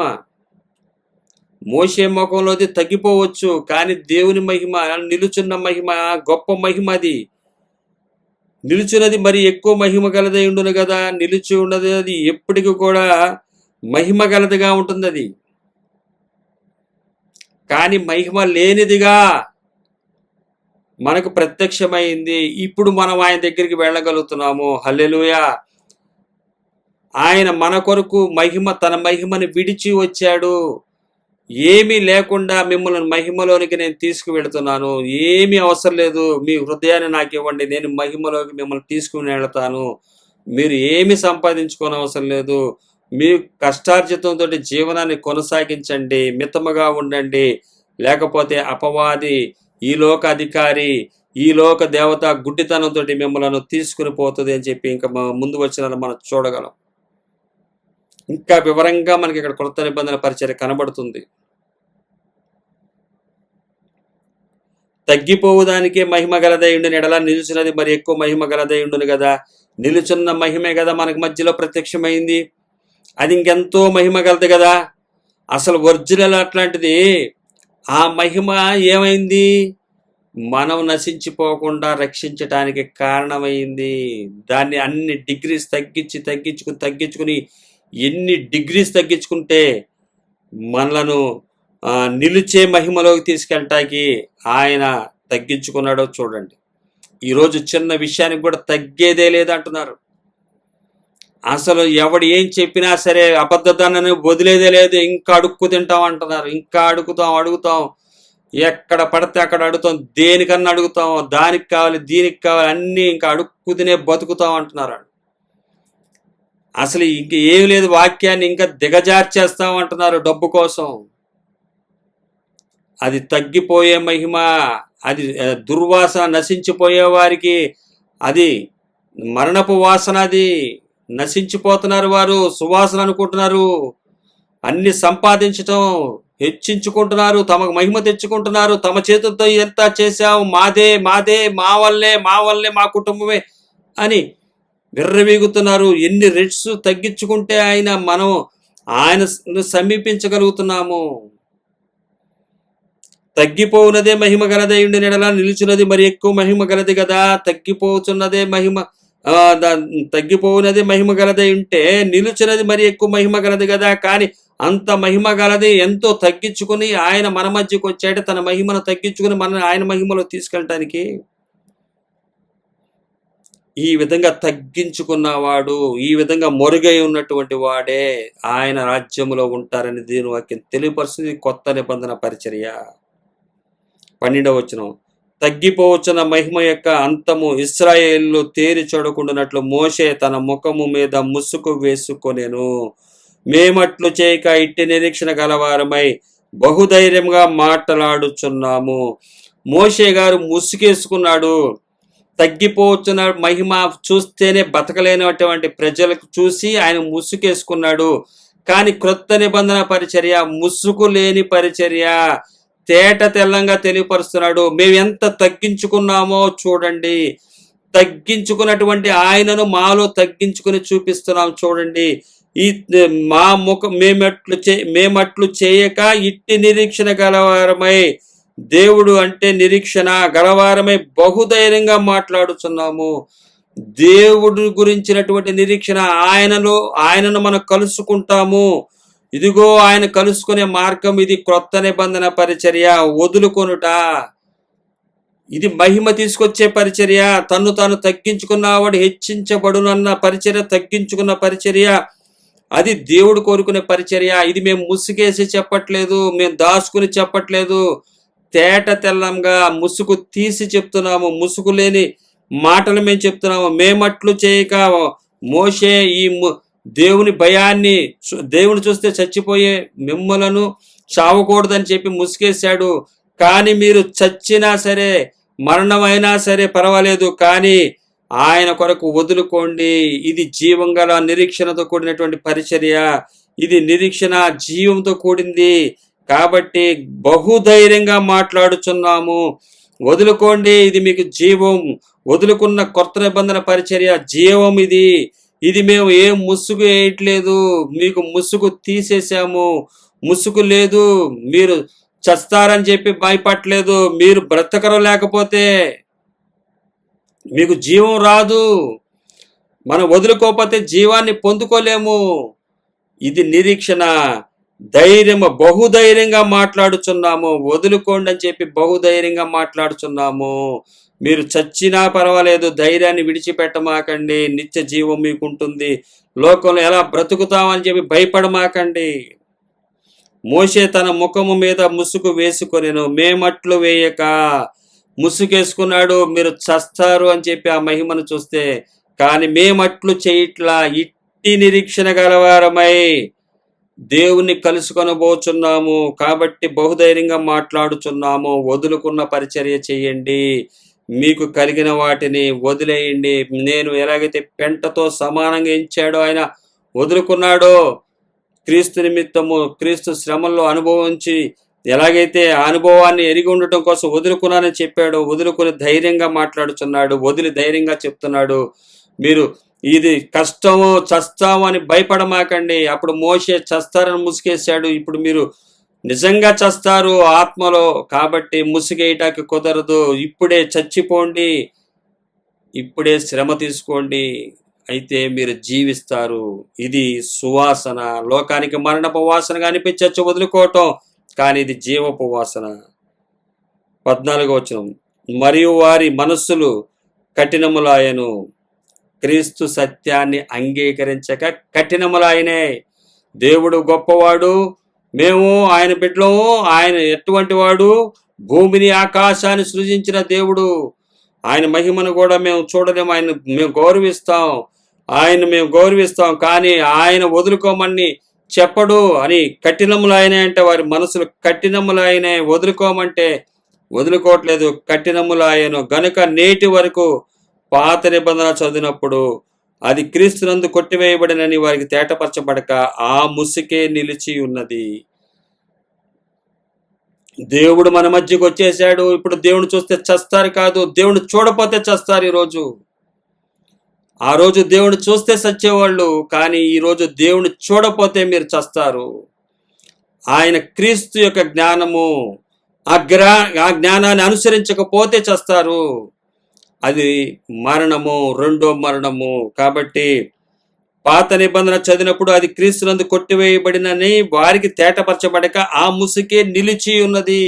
దేవుడంటే భయం, చస్తాము. దేవుడి దగ్గరికి ఎవడు వెళ్ళలేడు. ఆయన దగ్గరికి వెళ్ళాలంటే పాస్టర్సే వెళ్ళాలి, ప్రధాన యాజకుడే వెళ్ళాలి అన్న ముసుగు ఇంకా వారి దగ్గర ఉండిపోయింది. ఆయనే తన మహిమను తగ్గించుకుని ఎలాగైతే మన మధ్యకు వచ్చాడో మనకు మహిమని ఇవ్వటానికి ఆ యేసుక్రీస్తు వారిని దేవుడుగా స్వీకరించే స్థితి లేక, దేవుడంటే మనం చూడలేమో, చేరలేమన్న భయంతో ఉండిపోయారు. కానీ దేవుడంటే చేరొచ్చు, దేవుని సమీపించవచ్చు అని ఆయన యేసుక్రీస్తు వారికి వచ్చి చూపిస్తే, ఆ క్రీస్తునందు పాత నిబంధన కొట్టివేయబడితే ఆ ముసుగే వీరి దగ్గర, పాత నిబంధన ముసుగే ఇంకా నిలిచి ఉంది. అమ్మో దేవుడా, మనం వెళ్ళలేము, అమ్మో దేవుడు చాలా పరిశుద్ధుడు, మనం అపవిత్రులము. వాస్తవమే, కానీ ఆయన మనలను ఇరువురిని సమానముగా ఆయన ప్రేమించి ఆయన యొక్క మహిమను తగ్గించుకొని ఆయన మహిమలో చేర్చుకొనటానికి మార్గాన్ని చూపించి వెళ్ళాడు. అదే క్రొత్త నిబంధన పరిచర్య వదులుకునే పరిచర్య, సంపాదించుకునేది కాదు అని మనకి ఇక్కడ తేటతెలమవుతుంది. 15వ వచనము, నేటి వరకు మోషే గ్రంథము వారు చదువునప్పుడల్లా ముసుగు వారి హృదయముల మీద నున్నది గాని వారి హృదయము ప్రభు వైపునకు ఎప్పుడు తిరుగునో అప్పుడు ముసుగు తీసివేయబడును. ఎప్పుడైతే వాళ్ళు యేసుక్రీస్తు వారి వైపు తిరుగుతారో అప్పుడు ముసుగు తీసివేయబడుతుంది, భయం పోతుంది. ఆయన చెప్పిన దాన్ని మనం అనుసరించి నడిచినట్లయితే ఆయనతో మనం ఉంటాము, ప్రభుతో మనం ఉంటాము. ముసుగు పోతుంది, భయం పోతుంది. ప్రభువే ఆత్మ, ప్రభు యొక్క ఆత్మ ఎక్కడ నుండునో అక్కడ స్వాతంత్రం ఉంటుంది. ప్రభు ఆత్మ ఎక్కడ ఉంటుందో అక్కడ స్వాతంత్రం ఉంటుంది. మనమందరమును ముసుగులేని ముఖముతో ప్రభు యొక్క మహిమను అద్దం వలె ప్రతిఫలింపజేయుచు మహిమ నుండి అధిక మహిమను పొందుచు ప్రభువుకు ఆత్మచేత ఆ పోలికగానే మార్చబడుచున్నాము. మనమందరమును ముసుగు లేని ముఖముతో ప్రభు యొక్క మహిమను, మనమందరమును ముసుగు లేని ముఖముతో ప్రభు యొక్క మహిమను, ఏ ముసుగు లేదు, ఆయన మనము చూడగలిగినంత ఇదిగా మన మధ్యలోకి వచ్చాడు. ఏ మహిమ, ఆయన మహిమని తగ్గించుకున్నాడు మన కోసము. మనము బ్రతకమని ఆయనే మన బ్రతికించడానికి వచ్చాడు. ప్రభు యొక్క మహిమను అద్దం వల్లే ప్రతిఫలింపచేయుచు, ఇప్పుడు ఏదైతే ఆయన మహిమను తగ్గించుకున్నాడో ఆ మహిమను అద్దం వల్లే మనం కూడా తగ్గించుకుని, ఇదంతా నా వల్లే, ఇదంతా మా వల్లే, ఇదంతా మా కుటుంబం వల్లే, ఇదంతా అపవాది లక్షణాలు, ఇదంతా మేము చేసామని చూపించుకోవటానికి, ఇదిగో ప్రభువా నీ కొరకు అది చేశాము, ఇది చేశాము, చూడవా ప్రభువా మేము ఎన్ని అద్భుతాలు చేశామంటే మీరెవరో నాకు తెలియదని అనేది. అందుకే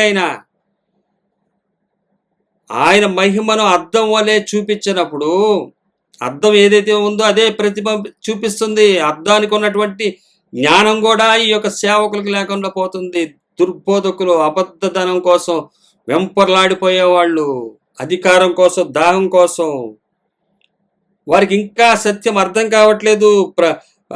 అద్దం వల్లే ప్రతిఫలింప చేయించు యేసు యొక్క మహిమ, ప్రభు యొక్క మహిమ మనకి ఇప్పుడు అవకాశం వచ్చింది. అర్థం కాదు, మోషే మొహం చూస్తేనే ఉండలేరు, అర్థం చూస్తే ఇంకెట్లా బతుకుతారు?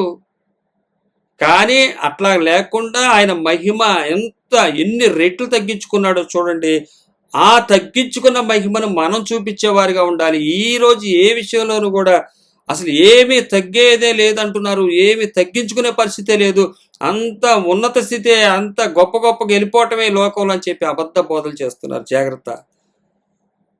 ఆయన ప్రతిఫలింప చేయొచ్చు అద్దం వలె, ఆయన ప్రభు యొక్క మహిమను అద్దం వలె ప్రతిఫలింప చేయొచ్చు, మహిమ నుండి అధిక మహిమను పొందుచు ప్రభువుగా ఆత్మచేత ఆ పోలికగానే మార్చబడుచున్నాము. దేవుడు తగ్గింపు స్థితి ఏదైతే చూపించాడో అదే పోలికగా మనం మార్చబడుతున్నాము. అదే పోలికగా మనం మార్చబడుతున్నాము. రోమిలి రాసిన పత్రిక, ఎవరంటే వీళ్ళు ఆయన వారసులు అని రాయబడుతుంది ఇక్కడ. రోమిలి రాసిన పత్రిక 8వ అధ్యాయం 17వ వచనం, మనము పిల్లలమైతే వారసులము, అనగా దేవుని వారసులము, క్రీస్తుతో కూడా మహిమ పొందుటకు ఆయనతో శ్రమ పడినలా క్రీస్తు తోడి వారసులము. హల్లెలూయా. దేవుని యేసుక్రీస్తు వారి యొక్క వారసులము. తండ్రి అయినటువంటి దేవుడు చెప్పిన దాన్ని, ఆయన మహిమను తగ్గించుకుని ఎలాగ వచ్చాడో, ఆ మహిమ ఆయన విడిచి వచ్చాడో, ఆయన వారసులుగా మనం అవుతున్నాము. ఒకరోజు ఆయన మోషే చూసి, మోషే మాట్లాడే వచ్చాడు. మోషే కూడా డైరెక్ట్గా చూడలా. ఆ వెలుతురుని అందులో ఆ మొహం మీదకి వచ్చి తగ్గిపోతున్నటువంటి మోషే ముఖం మీదకి వచ్చిన మహిమను చూసి తట్టుకోలేకపోతే, ఎంత మహిమను ఆయన తగ్గించుకుని వచ్చాడో ఆ విధముగా తగ్గించుకున్న వాళ్ళు ఆయన పిల్లలు అంటున్నాడు. ఆయన మనము పిల్లలమైతే వారసులము, పిల్లలమయ్యామా ఆయనకి, వారసులమవుతాం. వారసులకి మొత్తం ఏదైతే ఆయనకి కలిగి ఉందో అదంతా మనకి రావటానికి, అనగా దేవుని వారసులము, క్రీస్తుతో కూడా మహిమ పొందుటకు ఆయనతో శ్రమ పడినడలా క్రీస్తు తోడి వారసులమవుతాం. ఇది కదా వాక్యం చెప్తుంది, క్రొత్త నిబంధన పరిచర్య. అందుకని 4వ అధ్యాయం, కాబట్టి ఈ పరిచర్య పొందినందున మేము కరుణింపబడిన వారమే అధైర్యపడము. మాకు అధైర్యం లేదు. వదులుకోమంటే వదులుకుంటాం. తీసుకోమంటే తీసుకుంటాం. కానీ ఇప్పుడు కొత్త నిబంధన పరిచర్య వదులుకోవటమే. ఎప్పుడు తీసుకునేది ఉండదు. జీవితాంతం అంతే. ఏదిచ్చినా మనకి అవసరతలు అక్కర తీర్చుకుని మిగతా వారికి అంటే అవసరాల అక్కర్లు మనకి తీర్చబడిన తర్వాత వేరే వారికి ఆహారాన్ని మనము ఆస్తులను కానీ ఇతరులకు నిన్ను వలిని పొరుగు అని ప్రేమించి ఒకరికి ఉండొచ్చు వారికి లేకపోవచ్చు, ఒకరికి ఉన్నప్పుడు లేని వారికి ఇవ్వాలి, తర్వాత వారికి ఉన్నప్పుడు వీరికి ఇవ్వాలి. ఈ విధమైనటువంటి స్థితిలో లిమిటేషన్ తోటి టెంప్టేషన్ లేకుండా ముందుకు సాగటానికే దేవుడు ఈ మార్గాన్ని చూపించాడు. అన్యోన్య సహవాసం చేత పవిత్రులుగా మార్చబట్టకు శ్రమలను కూడా సహించి ముందుకు సాగటకు దేవుడు ఈ ఏర్పాటు చేశాడు. కాబట్టి ఈ పరిచయం పొందినందుకు కరుణింపబడిన వారమై కరుణించబడ్డ వారము ఈ పరిచయం మనకి ఇచ్చాడు దేవుడు. పాత నిబంధన పరిచర్య వాళ్ళకి సమృద్ధి, మనకి లేని స్థితి. ఇది కరుణించబడ్డాం, ఏదో ఒకటి మనకి జీవం గల దేవుడు మనకి ఇచ్చినటువంటి పరిచర్య ఇది. అది ఆ పరిచర్య ఏ పరిచర్య అయితే ఏమైంది, ఆయన ఇచ్చిన పరిచర్య. ఆయన అప్పుడు సమృద్ధి, ఇప్పుడు ఏ సమృద్ధి లేకుండా సమానత్వంతో బ్రతకండి అని చెప్పినటువంటి పరిచర్య. ఈ పరిచర్యను చూసి కరుణించబడ్డాము. ఇది కూడా మనకి ఇవ్వబడిందంటే ఇచ్చిన ఆయన ఎవరు ముందు చూడండి. మనం ఇచ్చిన ఆయన సర్వ సృష్టికర్తగా దేవుడు. వదిలేయమంటే తప్పే ఉంది, మన దేహమే మంది కాదు. వదిలేయమన్నప్పుడు వదిలేయాలి కదా. ఆయన ఏ విధమైనటువంటి టాస్క్ ఇచ్చాడో దానికి అసలు ముందు మనం కరుణించబడ్డ వారము. తలాంతు ఇవ్వటమే కరుణించబడ్డ వారము. కాబట్టి అధైర్యపడద్దు. ఉన్న స్థితిలో యాక్ట్ చేయమన్నా చేయండి, లేని స్థితిలో చేయమన్నా చేయండి. అక్కడ యాక్టింగ్ ఈ లోకంలో కనబడేది, కానీ జీవించండి. ఆయన ఉన్నవాడిగా జీవించమన్నా జీవించండి, లేనివాడిగా జీవించమన్నా జీవించండి. కానీ ఇక్కడ మనకి అప్పచెప్పబడిన పరిచర్య, కొత్త నిబంధన పరిచర్య అన్యజనులకు ఇవ్వబడింది వదిలే పరిచర్య. అంతేగాని ఇక్కడ కొంతమంది ఉన్న వాళ్ళు ఉంటారు, కొంతమంది లేని వాళ్ళు ఉంటారని ఏమీ లేదు. మొత్తం అందరూ ఏ టు జెడ్ యేసుక్రీస్తు వారి తర్వాత నుంచి ఆయన పిల్లలైతే వారసులు అవుతాము. ఆయన పిల్లలు అయితే వారసులు కూడా అవ్వాలి. వారసులు అవ్వాలంటే హక్కు పొందుకోవాలి. హక్కు పొందుకోవాలంటే ఆయన మహిమ యొక్క శ్రమలలో మనం కూడా పాలు పొందేవారమై ఉండాలి. ఇది ఇది మనకి ఇవ్వబడినటువంటి కరుణ చేత, ఆయన కరుణ చేత మనకు అనుగ్రహించబడినటువంటి పరిచర్య. కాబట్టి దీని విషయంలో అధైర్యపడమాకండి. ఎందుకంటే మనకిచ్చింది సృష్టికర్త. కాబట్టి 4వ అధ్యాయం 2వ వచనం, అయితే కుయుక్తిగా నడుచుకొనకయు దేవుని వాక్యమును వంచనగా బోధింపకయు సత్యమును ప్రత్యక్షపరచడం వలన ప్రతి మనుషుని మనస్సాక్షి ఎదుట మమ్మను మేమే దేవుని సముఖమందు మెప్పించుకొనుచు అవమానకరమైన రహస్య కార్యములను విసర్జించుచున్నాము. వంచనగా కుయుక్తిగా చెప్పట్లేదు. ఇది అంత ఆత్మపరిచర్య. ఇక్కడ రాయబడింది రాళ్ల మీద కాదు, అక్షరాలు కాదు, మెత్తని హృదయాల మీద రాయబడినటువంటి పరిచర్య. ఇది కుయుక్తితోటి వంచనతోటి చేస్తే ఆత్మకు హృదయానికి రోగం పడుతుంది, జబ్బు చేసిన హృదయం అవుతుంది, జబ్బు అవుతుంది. కుయుక్తిగా డబ్బు కోసం వంచనగా పైకి కనబడుతూ మాకు డబ్బులు అంటే ఇష్టం లేదండి, డబ్బుల కోసం మేము పరిచర్య చేయట్లేదని చెప్పేవాళ్ళు ఉంటారు, చెబుతూ ఉంటారు. కానీ వారి దగ్గర ఉన్న దాన్ని బట్టి గుర్తుపట్టచ్చు డబ్బుల కోసమా లేకపోతే సత్యం కోసమా. సత్యం కోసమైతే అబద్ధదనం ఉండదు. అది కుయుక్తిగా చెప్పే మాటలు ఏంటంటే మేము డబ్బుల కోసం కాదని. కానీ వారు వంచన చేస్తున్నారు, వారికి వారే తమకు తామే శిక్షణ తెచ్చుకుంటున్నారు. సత్యమును ప్రత్యక్షపరచుట వలన ఇక్కడ కుయుక్తిగా కానీ నడుచుకోనట్లేదు, వంచనగా చేయట్లేదు, కానీ సత్యాన్ని ప్రత్యక్షపరుస్తున్నాము. సత్యము ప్రత్యక్షపరచబడింది, కృపాసత్యము ప్రత్యక్షపరచబడింది. కృపాసత్యము దగ్గర ఏ విధమైనటువంటి అబద్ధదనం లేదు, ఏ విధమైనటువంటి అబద్ధదనం లేదు. కృపాసత్యము దగ్గర సత్యమును ప్రత్యక్షపరచడం వలన ప్రతి మనుషుని మనస్సాక్షి ఎదుట మమ్మల్ని మేమే దేవుని సముఖమందు మెప్పించుకొనుచు అవమానకరమైన రహస్య కార్యములను విసర్జించుచున్నాము. ఇవన్నిట్లు కూడా వదిలేసాము. మేము అందరికీ సత్యాన్ని ప్రత్యక్షపరుస్తున్నాము. ఏదైతే యేసుక్రీస్తు వారి జీవితంలో ఉందో అదే సత్యాన్ని ప్రత్యక్షపరుస్తున్నాము. అంటే వారి ఎదుట మేము ఆ విధంగానే ఉన్నామా లేదా అనేది ప్రత్యక్షంగా చూపిస్తున్నాము. వారి ఎదుట, మా మనస్సాక్షి ఎదుట మేము దేవుని సముఖమందు కూడా మెప్పించుకొనొచ్చు అవమానకరమైన రహస్య కార్యములను విసర్జించుచున్నాము. ఇంత చక్కగా వదిలే పరిచర్య మనకి తెలియపరచబడుతుంది చూడండి. 3వ వచనం, మా సువార్త మరుగు చేయబడిన ఎడల నశించుచున్న వారి విషయంలోనే మరుగు చేయబడి ఉన్నది. మా యొక్క సువార్త మరుగు చేయబడిన ఎడల, అలా కాదులే ఏం పర్వాలేదు దేవుడు మంచోడు అంటే వాళ్ళెవరో నశించిపోతున్నవారు, వాళ్ళకి ఈ విషయాలు మరుగుగా ఉన్నాయంట, వారికి ఈ విషయాలు అర్థం కావట్లా. అందుకనే 2వ అధ్యాయం 16వ వచనంలో చెప్తున్నాడు, నశించు వారికి మరణార్థమైన మరణపు వాసన. వారికే ఈ సువార్త ఎట్లా అనిపిస్తుంది, మరుగుగా ఉంది, మరుగు చేయబడింది. వాళ్ళకి అర్థం కాదు. వదలమంటం ఏంటి దేవుడు, అప్పుడు ఇవ్వటం ఏంటి, ఇప్పుడు వదలమంటం ఏంటి, మరి అబ్రహాంకి ఇస్తానన్నాడు, ఇచ్చిన తర్వాత ఇచ్చేయమన్నాడు. ఆయన ఇష్టం కదా, ఆయన ఇష్టం వచ్చినట్టు ఏదైనా చేస్తాడు. మరి ఇప్పుడు ఏం చేయమంటున్నాడు, వదిలేయమంటున్నాడు.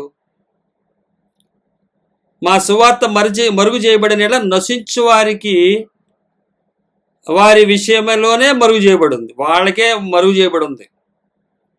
ఇది కాదులే బ్రదర్ వదలమంటలేదు, అబ్రహాము మీ ఇస్సాకుని ఇమ్మనలేదు అని చెప్పొచ్చు అక్కడ. కానీ ఆయన సృష్టికర్త అయినట్టు దేవుని మాట అంగీకరించాడు, అందుకనే విశ్వాసులకు తండ్రి అయ్యాడు. అయితే నశించుచున్న వారికి మరణార్థపు వాసనగా ఉంటుంది వదిలేయమంటే, ఇచ్చేయమంటే. కానీ దేవుని యొక్క స్ట్రాటజీ, దేవుని దగ్గరికి వచ్చిన వారు, దేవుని ప్రేమించిన వారు, దేవుని అనుసరించేవారు, ఆయన ఏం చెప్తున్నాడో విని నడిచేవారుగా మనం ఉండాలి. అలాగే 4వ వచనం, దేవుని స్వరూపే ఉన్న క్రీస్తు మహిమను కనుపరుచు సువార్త ప్రకాశం వారికి ప్రకాశింపకుండు నిమిత్తము ఈ యుగ సంబంధమైన దేవత అవిశ్వాసులైన వారి మనోనేత్రములకు గుడ్డితనము కలుగజేసింది. అవిశ్వాసులకి ఈ యొక్క దేవత గుడ్డితనాన్ని కలిగజేసింది. అదేంటిది, ధనం. ఈ ప్రకాశము దేవుని స్వరూపమైన క్రీస్తు మహిమను కనుపరచు సువార్త. క్రీస్తు మహిమను కనుపరచు సువార్త అంటే క్రీస్తు యొక్క జ్ఞానాన్ని కనుపరిచే సువార్త, మహిమను గురించినటువంటి సువార్త. ఏదైతే ఆ ప్రకాశం ఉందో, ప్రకాశము వారికి ప్రకాశింపకుండానట్లు నిమిత్తము ఈ యుగ సంబంధమైన దేవత అవిశ్వాసులైన వారి మనోనేత్రములకు గుడ్డితనము కలుగజేసెను. మోషే ఆ రోజు ఏదైతే మొహం మీద ముసుగేసుకున్నాడో, ఇది కూడా ఒక ముసుగేస్తుంది. ఏమని, బతకలేరురా మీరు అని. గుడ్డితనాన్ని కలిగిస్తుంది, మనోనేత్రాలకి గుడ్డితనం కలిగిస్తుంది. ఇది మనస్సాక్షికి ఏం చేస్తుందంటే గుడ్డితనాన్ని కలిగిస్తుంది, మీరు బతకలేరురా అని. కానీ బ్రతుకుతారా, నేనే తగ్గించుకున్నాను, మీరు తగ్గించుకోండి అంటే బ్రతుకుతారని చెప్పి ఆయన చూపిస్తే, ఈ యుగ సంబంధమైన దేవత ఏంటది, అబద్ధధనము, అధికారాలు, ఇవన్నీ కూడా మనం లేకపోతే బతకలేం. సురేష్ నన్ను ఒక ఆయన అన్నారు, సురేష్ నువ్వు డబ్బులు లేకపోతే బతుకుతావేమో కానీ నేను డబ్బులు లేకపోతే నిమిషం బతకను అన్నాడు ఆయన. నువ్వు డబ్బులు లేకపోతే ఎలాగైనా బతుకుతావేమో కానీ డబ్బులు లేకపోతే నేను నిమిషం బతకలేను అన్నాడు. ఇది దేవుడు మనకిచ్చింది, మన గొప్పతనం కాదు, ఇది నా సామర్థ్యం కాదు, దేవుని వల్ల కలిగిన సామర్థ్యం ఇది. ఆయన చేశాడు, మనల్ని చేయమని చెప్తున్నాడు. దేవుడు ఇచ్చినటువంటి సామర్థ్యాన్ని వినియోగించుకోవాలి మనము. అదే బైబిల్ అనుసరించే వారికి అర్థమవుతుంది. ఈ లోక దేవత గుడ్డితనాన్ని కలిగిస్తుంది, బతకలేరని. కానీ దేవుడు ఆయన చేసి చూపించాడు, ఎలా బ్రతకాలో చేసి చూపించాడు. అదే క్రీస్తుని గురించినటువంటి జ్ఞానము, క్రీస్తుని గురించినటువంటి సువాసన, క్రీస్తులో ఉన్నటువంటి ఆ యొక్క గొప్పతనము, మనకి సత్యమును గురించినటువంటి ప్రత్యక్షత, యేసుక్రీస్తు ఏదైతే ప్రత్యక్షపరిచారో, తన జీవితంలో చేసి చూపించారో. పిలాతు ముందు ఆయన అంటున్నాడు, సత్యం అంటే నేనే అంటే, సత్యం అంటే ఏంటి అన్నాడు ఆయన. నేనే అన్నాడు. ఆయన ఈయనలో ఏ దోషము నాకు కనబడలేదన్నాడు. ఏ దోషము ఆయనలో లేదు, లోక సంబంధమైన ఏమీ ఆయన దగ్గర లేవు. అదే విధంగా ప్రత్యక్షపరచుకున్నాడు. కాబట్టి వదలమన్న చెప్తుందే కొత్త నిబంధన పరిచర్య. 5వ వచనం, 4వ అధ్యాయం 5వ వచనం, అంధకారములో నుండి వెలుగు ప్రకాశించునుగా కానీ పలికిన దేవుడే తన మహిమను గూర్చిన జ్ఞానము యేసుక్రీస్తునందు వెల్లడిపరచుటకు మా హృదయములో ప్రకాశించెను. గనుక మేము మమ్మను గూర్చి ప్రకటించుకొనుట లేదు గాని క్రీస్తును గూర్చి ఆయన ప్రభువనియు, మమ్మను గూర్చి యేసు నిమిత్తం మేము మీ పరిచారకులని ప్రకటించుచున్నాము. 5వ వచనం, అంధకారము నుండి వెలుగు ప్రకాశించునుగా కానీ పలికిన దేవుడే తండ్రి అయినటువంటి దేవుడు అంధకారములో ఉండి వెలుగు ప్రకాశించును గాక అని పలికిన దేవుడే తన మహిమను క్రీస్తును గురించిన జ్ఞానమును క్రీస్తునందు వెల్లడిపరచుటకు మా హృదయములో ప్రకాశించెను. వెలుగు కలగను గాక అని పలికిన దేవుడే మాలో కూడా వదులుకునే జ్ఞానాన్ని క్రీస్తునందు వెల్లడిపరచుటకు మా హృదయములో కూడా ప్రకాశించెను. ఈరోజు ఈ ప్రకాశం ఎవరిలో ఉంటుందో వారు వదులుకోగలుగుతారు. ఆయన ఎరిగిన వారు వదులుతారు. ఆయనను ఎరిగిన వారు లోకాన్ని వదులుతారు. పలికింది ఆయనే కాబట్టి అది మా హృదయములో ప్రకాశించెను. క్రీస్తునందు వెల్లడిపరచుటకు మా హృదయములో కూడా ప్రకాశించెను. ఈ ప్రకాశించుట గల కారణము అంధకారములో వెలుగు ప్రకాశించును గాక అని పలికిన దేవుడే క్రీస్తు ద్వారా మహిమను గురించినటువంటి జ్ఞానము. ఏ మహిమ? నిత్యము ఉండే మహిమ, నిత్య మహిమ. ఆ తగ్గిపోవున్నది మహిమయే, అది పరిచర్యే గొప్పదైతే ఇంకా నిలుచున్నది ఎంత గొప్పదో చూడండి. అలాగే ఈ మహిమకు ఉన్నటువంటి జ్ఞానాన్ని తెలియజేస్తూ క్రీస్తు ద్వారా మా హృదయంలో ప్రకాశింపజేశాను. ఈ విషయాన్ని ఎవరైతే విశ్వసిస్తారో వారికి దేవుడు పలికింది, చెప్పినది వారి హృదయంలో, అది అంధకారములు ఎలాగైతే పిలువబడ్డామో, అంధకారంలో నుంచి ఎలాగైతే మనం పిలిచి చీకటిలో ఉన్న వారము అంధకారంలో సంబంధమైన మనల్ని పిలిచాడు, వెలుగు కలుగును గాక అని పలికిన దేవుడు మన అంధకార హృదయంలోనూ క్రీస్తు మహిమను గురించి జ్ఞానం చేత ఆయన ప్రకాశించాడు. ఇది మన హృదయంలో క్రీస్తునందు వెల్లడిపరచుటకు మా హృదయంలో కూడా ప్రకాశించాడు. ఈరోజు మీకు చెప్పుటకు గల కారణం కూడా అదే.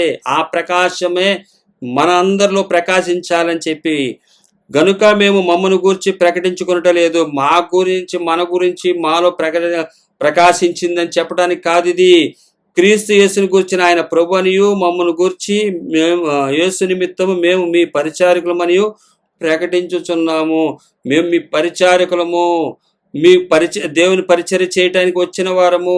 ఈ పరిచర్య చేయటం గల కారణం ఏంటంటే క్రీస్తుని గురించి ఆయన ప్రభు అనియు మీరు కూడా గనుక మమ్మను గురించి మేము ప్రకటించుకోవట్లేదు, క్రీస్తుని గురించి మీకు ప్రకటిస్తున్నాము. క్రీస్తు యొక్క ప్రత్యక్షత మీ హృదయంలో కూడా వదులుకునే విధానాన్ని ద్వారా ఆయన ప్రత్యక్షపరచబడాలని చెప్పి సత్యమును మీరు ప్రత్యక్షపరిచేవారుగా ఉండాలని ఈ వర్తమానం తెలియజేయటం కారణమైనది. వదులుకునే పరిచర్య ఇది మా కొరకు, మా గొప్పతనం కొరకు చేయటానికి కాదు, మాకు పేరు మహిమ తెచ్చుకోవటానికి కాదు. మహిమ ఆయనది. ఆయన సామర్థ్యము మాలో ఉంది, మనందరిలో ఉండాలి. ఆయన చూపించినటువంటి మార్గం ఇది అని తెలియపరచడమే మా వంతు. అలాగే 7వ వచనం, అయినను ఆ బలాధిక్యము మామూలమైనది కాక. ఈ యొక్క బలము రావటం గల కారణము ఒక వ్యక్తి ఆయన దేవుడై ఉండి ఆయన మహిమను తగ్గించుకుని ఆయన చూపించినటువంటి ఆ లేమిలో కూడా నిలబడే స్థితి, ఆ బలాధిక్యత లేకుండా ఏమీ లేకుండా నిలబడే స్థితిని మామూలమైనది కాక దేవుని అందే ఉండునట్లు మట్టి ఘటములలో ఈ మహిమైశ్వర్యమును మాకు కలదు. మట్టి ఘటాన్ని అయినటువంటి మాలో ఈ మహిమైశ్వర్యము కలదు. ఏ మహిమైశ్వర్యము? దేవుని యొక్క మహిమైశ్వర్యము. వదులుకునేట అబద్ధతనాన్ని వదులుకునే, లోకాన్ని వదులుకునే ఆ యొక్క మహిమైశ్వర్యము తగ్గించుకున్న స్థితిని మాలో కూడా మాకు కలదు. ఇట్టుపోయినను శ్రమ పడుచున్నను ఇరికింపబడిన వారము కాదు. ఎటు వెళ్ళినా శ్రమలే, అయినా సరే ఎక్కడా కూడా మేము ఇరికించబడట్లేదు. పౌలు గారు చెప్తున్నటువంటి మాట, అపాయములోనున్నను కేవలము ఉపాయము లేని వారము కాదు. ఎక్కడికి వెళ్ళినా అపాయంలో ఉంటున్నాము. మా దగ్గర ఏమి లేని వాడి దగ్గర ఏముంటుంది? అవసరాలు అక్కర్లు వస్తాయి, కానీ ఎక్కడికి వెళ్ళినా కూడా ఇరికించబడలేదు. అపాయంలో ఉన్న ఉపాయం లేకుండా మమ్మల్ని తప్పించకుండా ఆయన ఉండలేదు. తరమబడుచున్నను దిక్కులేని వారము కాలేదు, పడద్రోయబడినను నశించిన వారము కాము. పడదోయబడ్డా కూడా నశించిపోయిన వారం కాదు. యేసు యొక్క జీవం మా శరీరం మందు ప్రత్యక్షపరుటకై యేసు యొక్క మరణానుభవం మా శరీరం మందు ఎల్లప్పుడూ వహించుకొని పోవచ్చున్నాము. ఎల్లప్పుడూ కూడా ఆయన మరణానుభవాన్ని మాలో ఊహించుకొని పోవచ్చున్నాము. ఏలయనగా యేసు యొక్క జీవము కూడా మా మధ్య శరీరం నందు ప్రత్యక్షపరచబడినట్లు సజీవులమై మేము ఎల్లప్పుడు యేసు నిమిత్తము మరణమునకు అప్పగింపబడుచున్నాము. కావున మాలో మరణమును మీలో జీవనము కార్యసాధకమగుచున్నది. ఈ విధమైనటువంటి స్థితిలో ఉండటం చేత మాలో మరణం ఉండొచ్చు, మీలో జీవం వస్తుంది. యేసుక్రీస్తు వారు మరణించి తిరిగి లేచారు. అదే మనల్ని ఏం చేస్తుంది? జీవింపజేసింది. అదే మరణం మనలో ఉంటున్నప్పుడు ఎదుటి వారిని జీవింపజేస్తుంది. ఇది కదా సువార్త, ఇది కదా కొత్త నిబంధన పరిచర్య. సహకారులతోటి ఒకరికొకరు యేసుక్రీస్తు వారి దగ్గర నుంచి అందుకున్నటువంటి పరిచర్యని ఆయన మరణానుభవంలోకి వెళ్ళినప్పుడు వీరు జీవించి ఆ మరణానుభవాన్ని జయించగలుగుటకు వారికి ఆ విజయం రావటం చేత ఎదుటి వారిని కూడా జీవింపచేస్తున్నారు. మాలో మరణము మీలో జీవము కార్యసాధకం అగుచున్నవి. కృప ఎక్కువ మంది ద్వారా ప్రబలి దేవుని మహిమ నిమిత్తము కృతజ్ఞాస్తుతులు విస్తరింపజేయలాగున సమస్తమైనవి మీ కొరకై ఉన్నవి. కాగా విశ్వసించి గనుక మాటలాడి తిని అని వ్రాయబడిన ప్రకారం అట్టి విశ్వాసంతో కూడిన ఆత్మ గలవారమై ప్రభు అయిన యేసును లేపిన వాడు యేసుతో మమ్మును కూడా లేపి మీతో కూడా తన ఎదుట నిలవబెట్టునని ఎరిగి మేమును విశ్వసించుచున్నాము గనుక మాటలాడుచున్నాము. ఇక్కడ రాయబడుతున్నటువంటి మాటలు ఏంటంటే, ఈ కృప ఎక్కువ మంది ద్వారా ప్రబలి, ఈ కృప రక్షణ, ఏ కృప వదులుకోవటం కృప, సంపాదించడం కృప కాదు. ఎక్కువ మందికి అది ప్రబలి దేవుని మహిమ నిమిత్తము, దేవుని యొక్క మహిమ ఏ విధంగా ఆయన శ్రేష్టమైనటువంటి మహిమ ఏదైతే ఉందో తగ్గించుకుని వచ్చాడో ఆ నిమిత్తం కృతజ్ఞతాస్తుతులు విస్తరింపజేయులాగున ఆ మహిమ కృతజ్ఞతాస్తుతులు దేనికి చెల్లిస్తున్నారు? వదులుకున్న దానికి, ఈరోజు సంపాదించుకున్న దానికి చేస్తున్నటువంటి కృతజ్ఞతలు మనం చూస్తాము. కానీ మహిమ నిమిత్తము అన్ని వదులుకున్న వాడు చేసే కృతజ్ఞతాస్తుతులు విస్తరింపజేయులాగున ఈ కృప, వదులుకునే కృప విస్తరింపజేయులాగున సమస్తమైనవి మీ కొరకు ఉన్నవి, సమస్తము ఉన్నవి మీ కొరకే ఉన్నవి. కాగా అని ఇక్కడ ఒక మాట చెప్తున్నాడు. 14 వచ్చినసరికి విశ్వసించితిని గానుక మాటలాడి తిని. ఎంత గొప్ప మాట తెలుసా ఇది! ఇది పాత నిబంధన గ్రంథంలో 116 అధ్యాయంలో శ్రమల్లో ఉన్నటువంటి ఒక సేవకుడు, ఆ సేవకుని యొక్క మాటని ఇక్కడ వాడుతున్నాడు. విశ్వసించితిని గనుక మాటలాడి తిని అని వ్రాయబడిన ప్రకారం అట్టి విశ్వాసంతో కూడిన ఆత్మగలవారమై ప్రభు అయిన యేసును లేపిన వాడు యేసుతో కూడా మమ్మను కూడా లేపి మీతో కూడా తన ఎదుట నిలువబెట్టునని ఎరిగి మేమును విశ్వసించున్నాము గనుక మాటలాడుచున్నాము. పాత నిబంధన గ్రంథం కీర్తనకారుడు 116 కీర్తనకారుడు 116 అధ్యాయం చదివితే ఇదొక మళ్ళీ చాలాసేపు సబ్జెక్ట్ అవుతుంది. అక్కడ ఆ కీర్తనకారుడు కృపాసత్యంగా యేసుక్రీస్తు వారు రాబోతున్న యేసుక్రీస్తు వారిని చూసి ఆయన శ్రమల్లో వేదనలో కూడా ఆయన ఏం చేస్తున్నాడంటే విశ్వసించాడు కాబట్టి మాట్లాడాడు. నాకున్న సమస్యలు పెద్ద సమస్యలు కాదు, నాకున్న పాతాళ వేదనలు పెద్ద వేదనలు కాదు, అలాంటిది మాది కూడా పెద్ద సమస్య కాదు. పాత నిబంధన గ్రంథంలో ఉన్నటువంటి ఆయన విశ్వాసాన్ని మేము తీసుకుంటున్నాము, అలాగే యేసుక్రీస్తు వారిని తీసుకుంటున్నాము. మా విశ్వాసాన్ని, ముగ్గురు విశ్వాసం ఇక్కడ కనబడుతుంది. యేసుక్రీస్తు వారి కన్నా ముందుగా ఉన్నటువంటి కీర్తనాకారుడు 116 కీర్తనలో, అలాగే వీరికి ఉన్నటువంటి విశ్వాసాన్ని బట్టి ఈయన మాట్లాడుతున్నాడు. ఇది దేవుడి యొక్క గొప్పతనాన్ని ఇక్కడ మనకు వాక్యం తెలియజేస్తుంది. అందుకని అంటున్నాడు ఆయన 16 వచనం, కావున మేము అధైర్యపడము, మా బాహ్య పురుషుడు కృషించుచున్నాను, ఆంతర్య పురుషుడు దినదినం నూతనపరచబడుచున్నాడు. మేము దృశ్యమైన వాటిని చూడక అదృశ్యమైన వాటిని నిదానించి చూస్తున్నాము గనుక క్షణమాత్రముండు మా చులకన శ్రమ మా కొరకు అంతకంతకు ఎక్కువ నిత్యమైన మహిమ భారమును కలుగుజేయుచున్నది. ఏలైనగా దృశ్యమైనవి అనిత్యములు, అదృశ్యమైనవి నిత్యములు. మీరు ఎంతనా సంపాదించుకోండి, ఏమన్నా చేసుకోండి, ఏది ఉండేది కాదు. కానీ మీకు అది సువాసన అనిపిస్తుందా? మీరు నశించిపోతున్నారు. జాగ్రత్త. వదులుకోవటం మరణంగా అనిపిస్తుందా? మరణపు వాసనగా ఉందా? మీరు జీవాన్ని కోరుకున్నారు, జీవింపబడుతున్నారని చెప్పి క్రొత్త నిబంధన పరిచర్య మనకు తెలియజేస్తుంది. ఈ క్రొత్త నిబంధన పరిచర్య ఎంత చక్కనగా ఉందో చూడండి. ఇది అనేక విధాలుగా ఇంకా మనం వాక్యాలతోటి వివరించవచ్చు. కానీ ఇక్కడ రాయబడినటువంటి వాక్కును మనం గుర్తుపడితే చాలు. ఇక్కడ ఆయన తెలియపరుస్తున్నాడు, ఇది రాళ్ల మీద చెక్కబడింది కాదు, మెత్తని మన హృదయం మీద చెక్కబడింది. క్రీస్తు జ్ఞానము, క్రీస్తు యొక్క మనకిచ్చినటువంటి సత్య ప్రత్యక్షత ఈ విధముగా ఉంది. ఆయన వదులుకున్నటువంటి స్థితి చేత మనం ఆ మహిమ మన మధ్యకు వచ్చింది. ఆయన ఎన్ని రెట్లు తగ్గించుకుంటేనే మనం ఆయన చూడగలిగి ఉన్నాము. కాబట్టి ఆయనందు విశ్వసించి వదులుకున్నట చేత పవిత్రపరచబడి పరిశుద్ధపరచబడి ఆ శ్రమల ద్వారా ఆ ఆ క్రీస్తు పిల్లల వల్లే అలాగే ఆయనకు వారసులుగా కూడా మార్చబడి ఆయన మహిమలో మనం చేర్చబడగలమని దేవుని వాక్యం తెలియజేస్తుంది. ఇది క్రొత్త నిబంధన పరిచర్య. క్రొత్త నిబంధన పరిచర్య వదులుకునేది. అబద్ధతనం కోసం యుద్ధాలు చేసేది కాదు, అబద్ధమైనటువంటి వాటి కోసం శ్రమించేది కాదు, శరీర యుద్ధాలు చేసేది కాదు. ఇది ఆత్మీయ యుద్ధాలు చేసేదే ఈ క్రొత్త నిబంధన పరిచర్య. ఆత్మకు అనేక రకాలైనటువంటి ఆటంకాలు వస్తాయి. అట్లా కాదులే బ్రదర్ అని వంచనగా కుయుక్తితోటి కలిపి చెరిపే వాక్యాలు వస్తాయి. మీరు నమ్మమాకండి. క్రొత్త నిబంధన పరిచర్య మాత్రం ఎవరైనా సరే వదులుకుంటేనే ఆయన రాజ్యంలో ఉంటాము. తన్ను తాను ఉపేక్షించుకుని సిలువనెత్తుకున్న వాడే ఆయన రాజ్యంలో ఉంటాడు. అలాగే ఈ లోకాన్ని లోకాశలను వదులుకున్నవాడే ఆయన రాజ్యంలో ఉంటాడని తెలియపరుస్తుంది వాక్యము.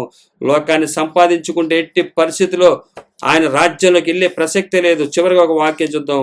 యోహాను సువార్త 14:17 యోహాను సువార్త 14:17 లోకము ఆయనను చూడదు, ఆయనను ఎరుగదు, గనుక ఆయనను పొందనేరదు.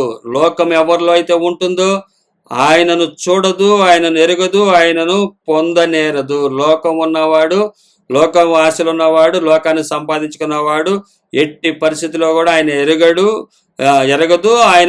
ఆయనను పొందనేరడు. మీరు ఆయనను ఎరుగుదురు, ఆయన మీతో కూడా నివసించును, మీలో ఉండును. ఆయనను మనం ఎరుగుతాం. ఎరిగిన వాడైతే అన్ని లోకాన్ని వదులుకుంటాడు, లేకపోతే వాటిని సంపాదించుకోవడానికి ప్రయత్నం చేస్తాడు. మనం ఆయనను ఎరుగుదుము కాబట్టి లోకాన్ని వదిలాము. లోకమైతే ఆయనను ఎరుగదు. లోకం ఉంటే ఎట్టి పరిస్థితుల్లో ఆయనని ఎరిగే ప్రసక్తే ఉండదు అని దేవుని వాక్యాన్ని మనకు తెలియజేస్తుంది. కాబట్టి ఆయన చెప్పిన ప్రకారం క్రొత్త నిబంధన పరిచర్య, వదులుకునే పరిచర్య, ఇది ఆత్మకు సంబంధించింది, ఆత్మకు సంబంధించిన పరిచర్య. కాబట్టి దీన్ని మనం ఎరిగి మనం ముందుకు సాగాలి. నా గొర్రెలు నా స్వరం వింటాయి అంటున్నాడు ఆయన. ఆయన గొర్రెలు మనమైతే వదులుకోమని చెప్తున్నటువంటి పరిచర్య, అంటే వదులుకోమని చెప్తున్నటువంటి పరిచర్య, ఈ కొత్త నిబంధన పరిచర్యను విశ్వసిస్తున్నట్లయితే, లోకాన్ని వదులుకోమని చెప్తున్నటువంటి పరిచర్య కొత్త నిబంధన పరిచర్య, దీన్ని విశ్వసించినట్లయితే నిత్యరాజ్యంలో ఉంటాము. ఆయన మాట ఇచ్చాడు, ఆయన ఆజ్ఞ ఇచ్చాడు, ఆయన ఆజ్ఞాపించాడు అంతే. తండ్రి వల్ల ఈ ఆజ్ఞను నేను పొందాను అంటున్నాడు ఆయన. యోహాను సువార్త 10:18 ఈ ఆజ్ఞను తండ్రి వల్ల నేను పొందా, అదే ఆజ్ఞ మనం పొందుకున్నాం. ఆ ఆజ్ఞ ప్రకారం మనం జీవించినట్లయితే నిత్యరాజ్యంలో ఉంటాం. ఇది క్రొత్త నిబంధన పరిచర్య. దేవుడు తన కనికరం చొప్పున ఈ వర్తమానాన్ని వివరంగా ధ్యానించడానికి ఇచ్చినట్టు భాగ్యానికై సర్వగంతమై ఆయనకే చెల్లిస్తూ ఎల్లవేళ ఆయన సన్నిధిని మనతో నడిపించును గాక. ఆమేన్.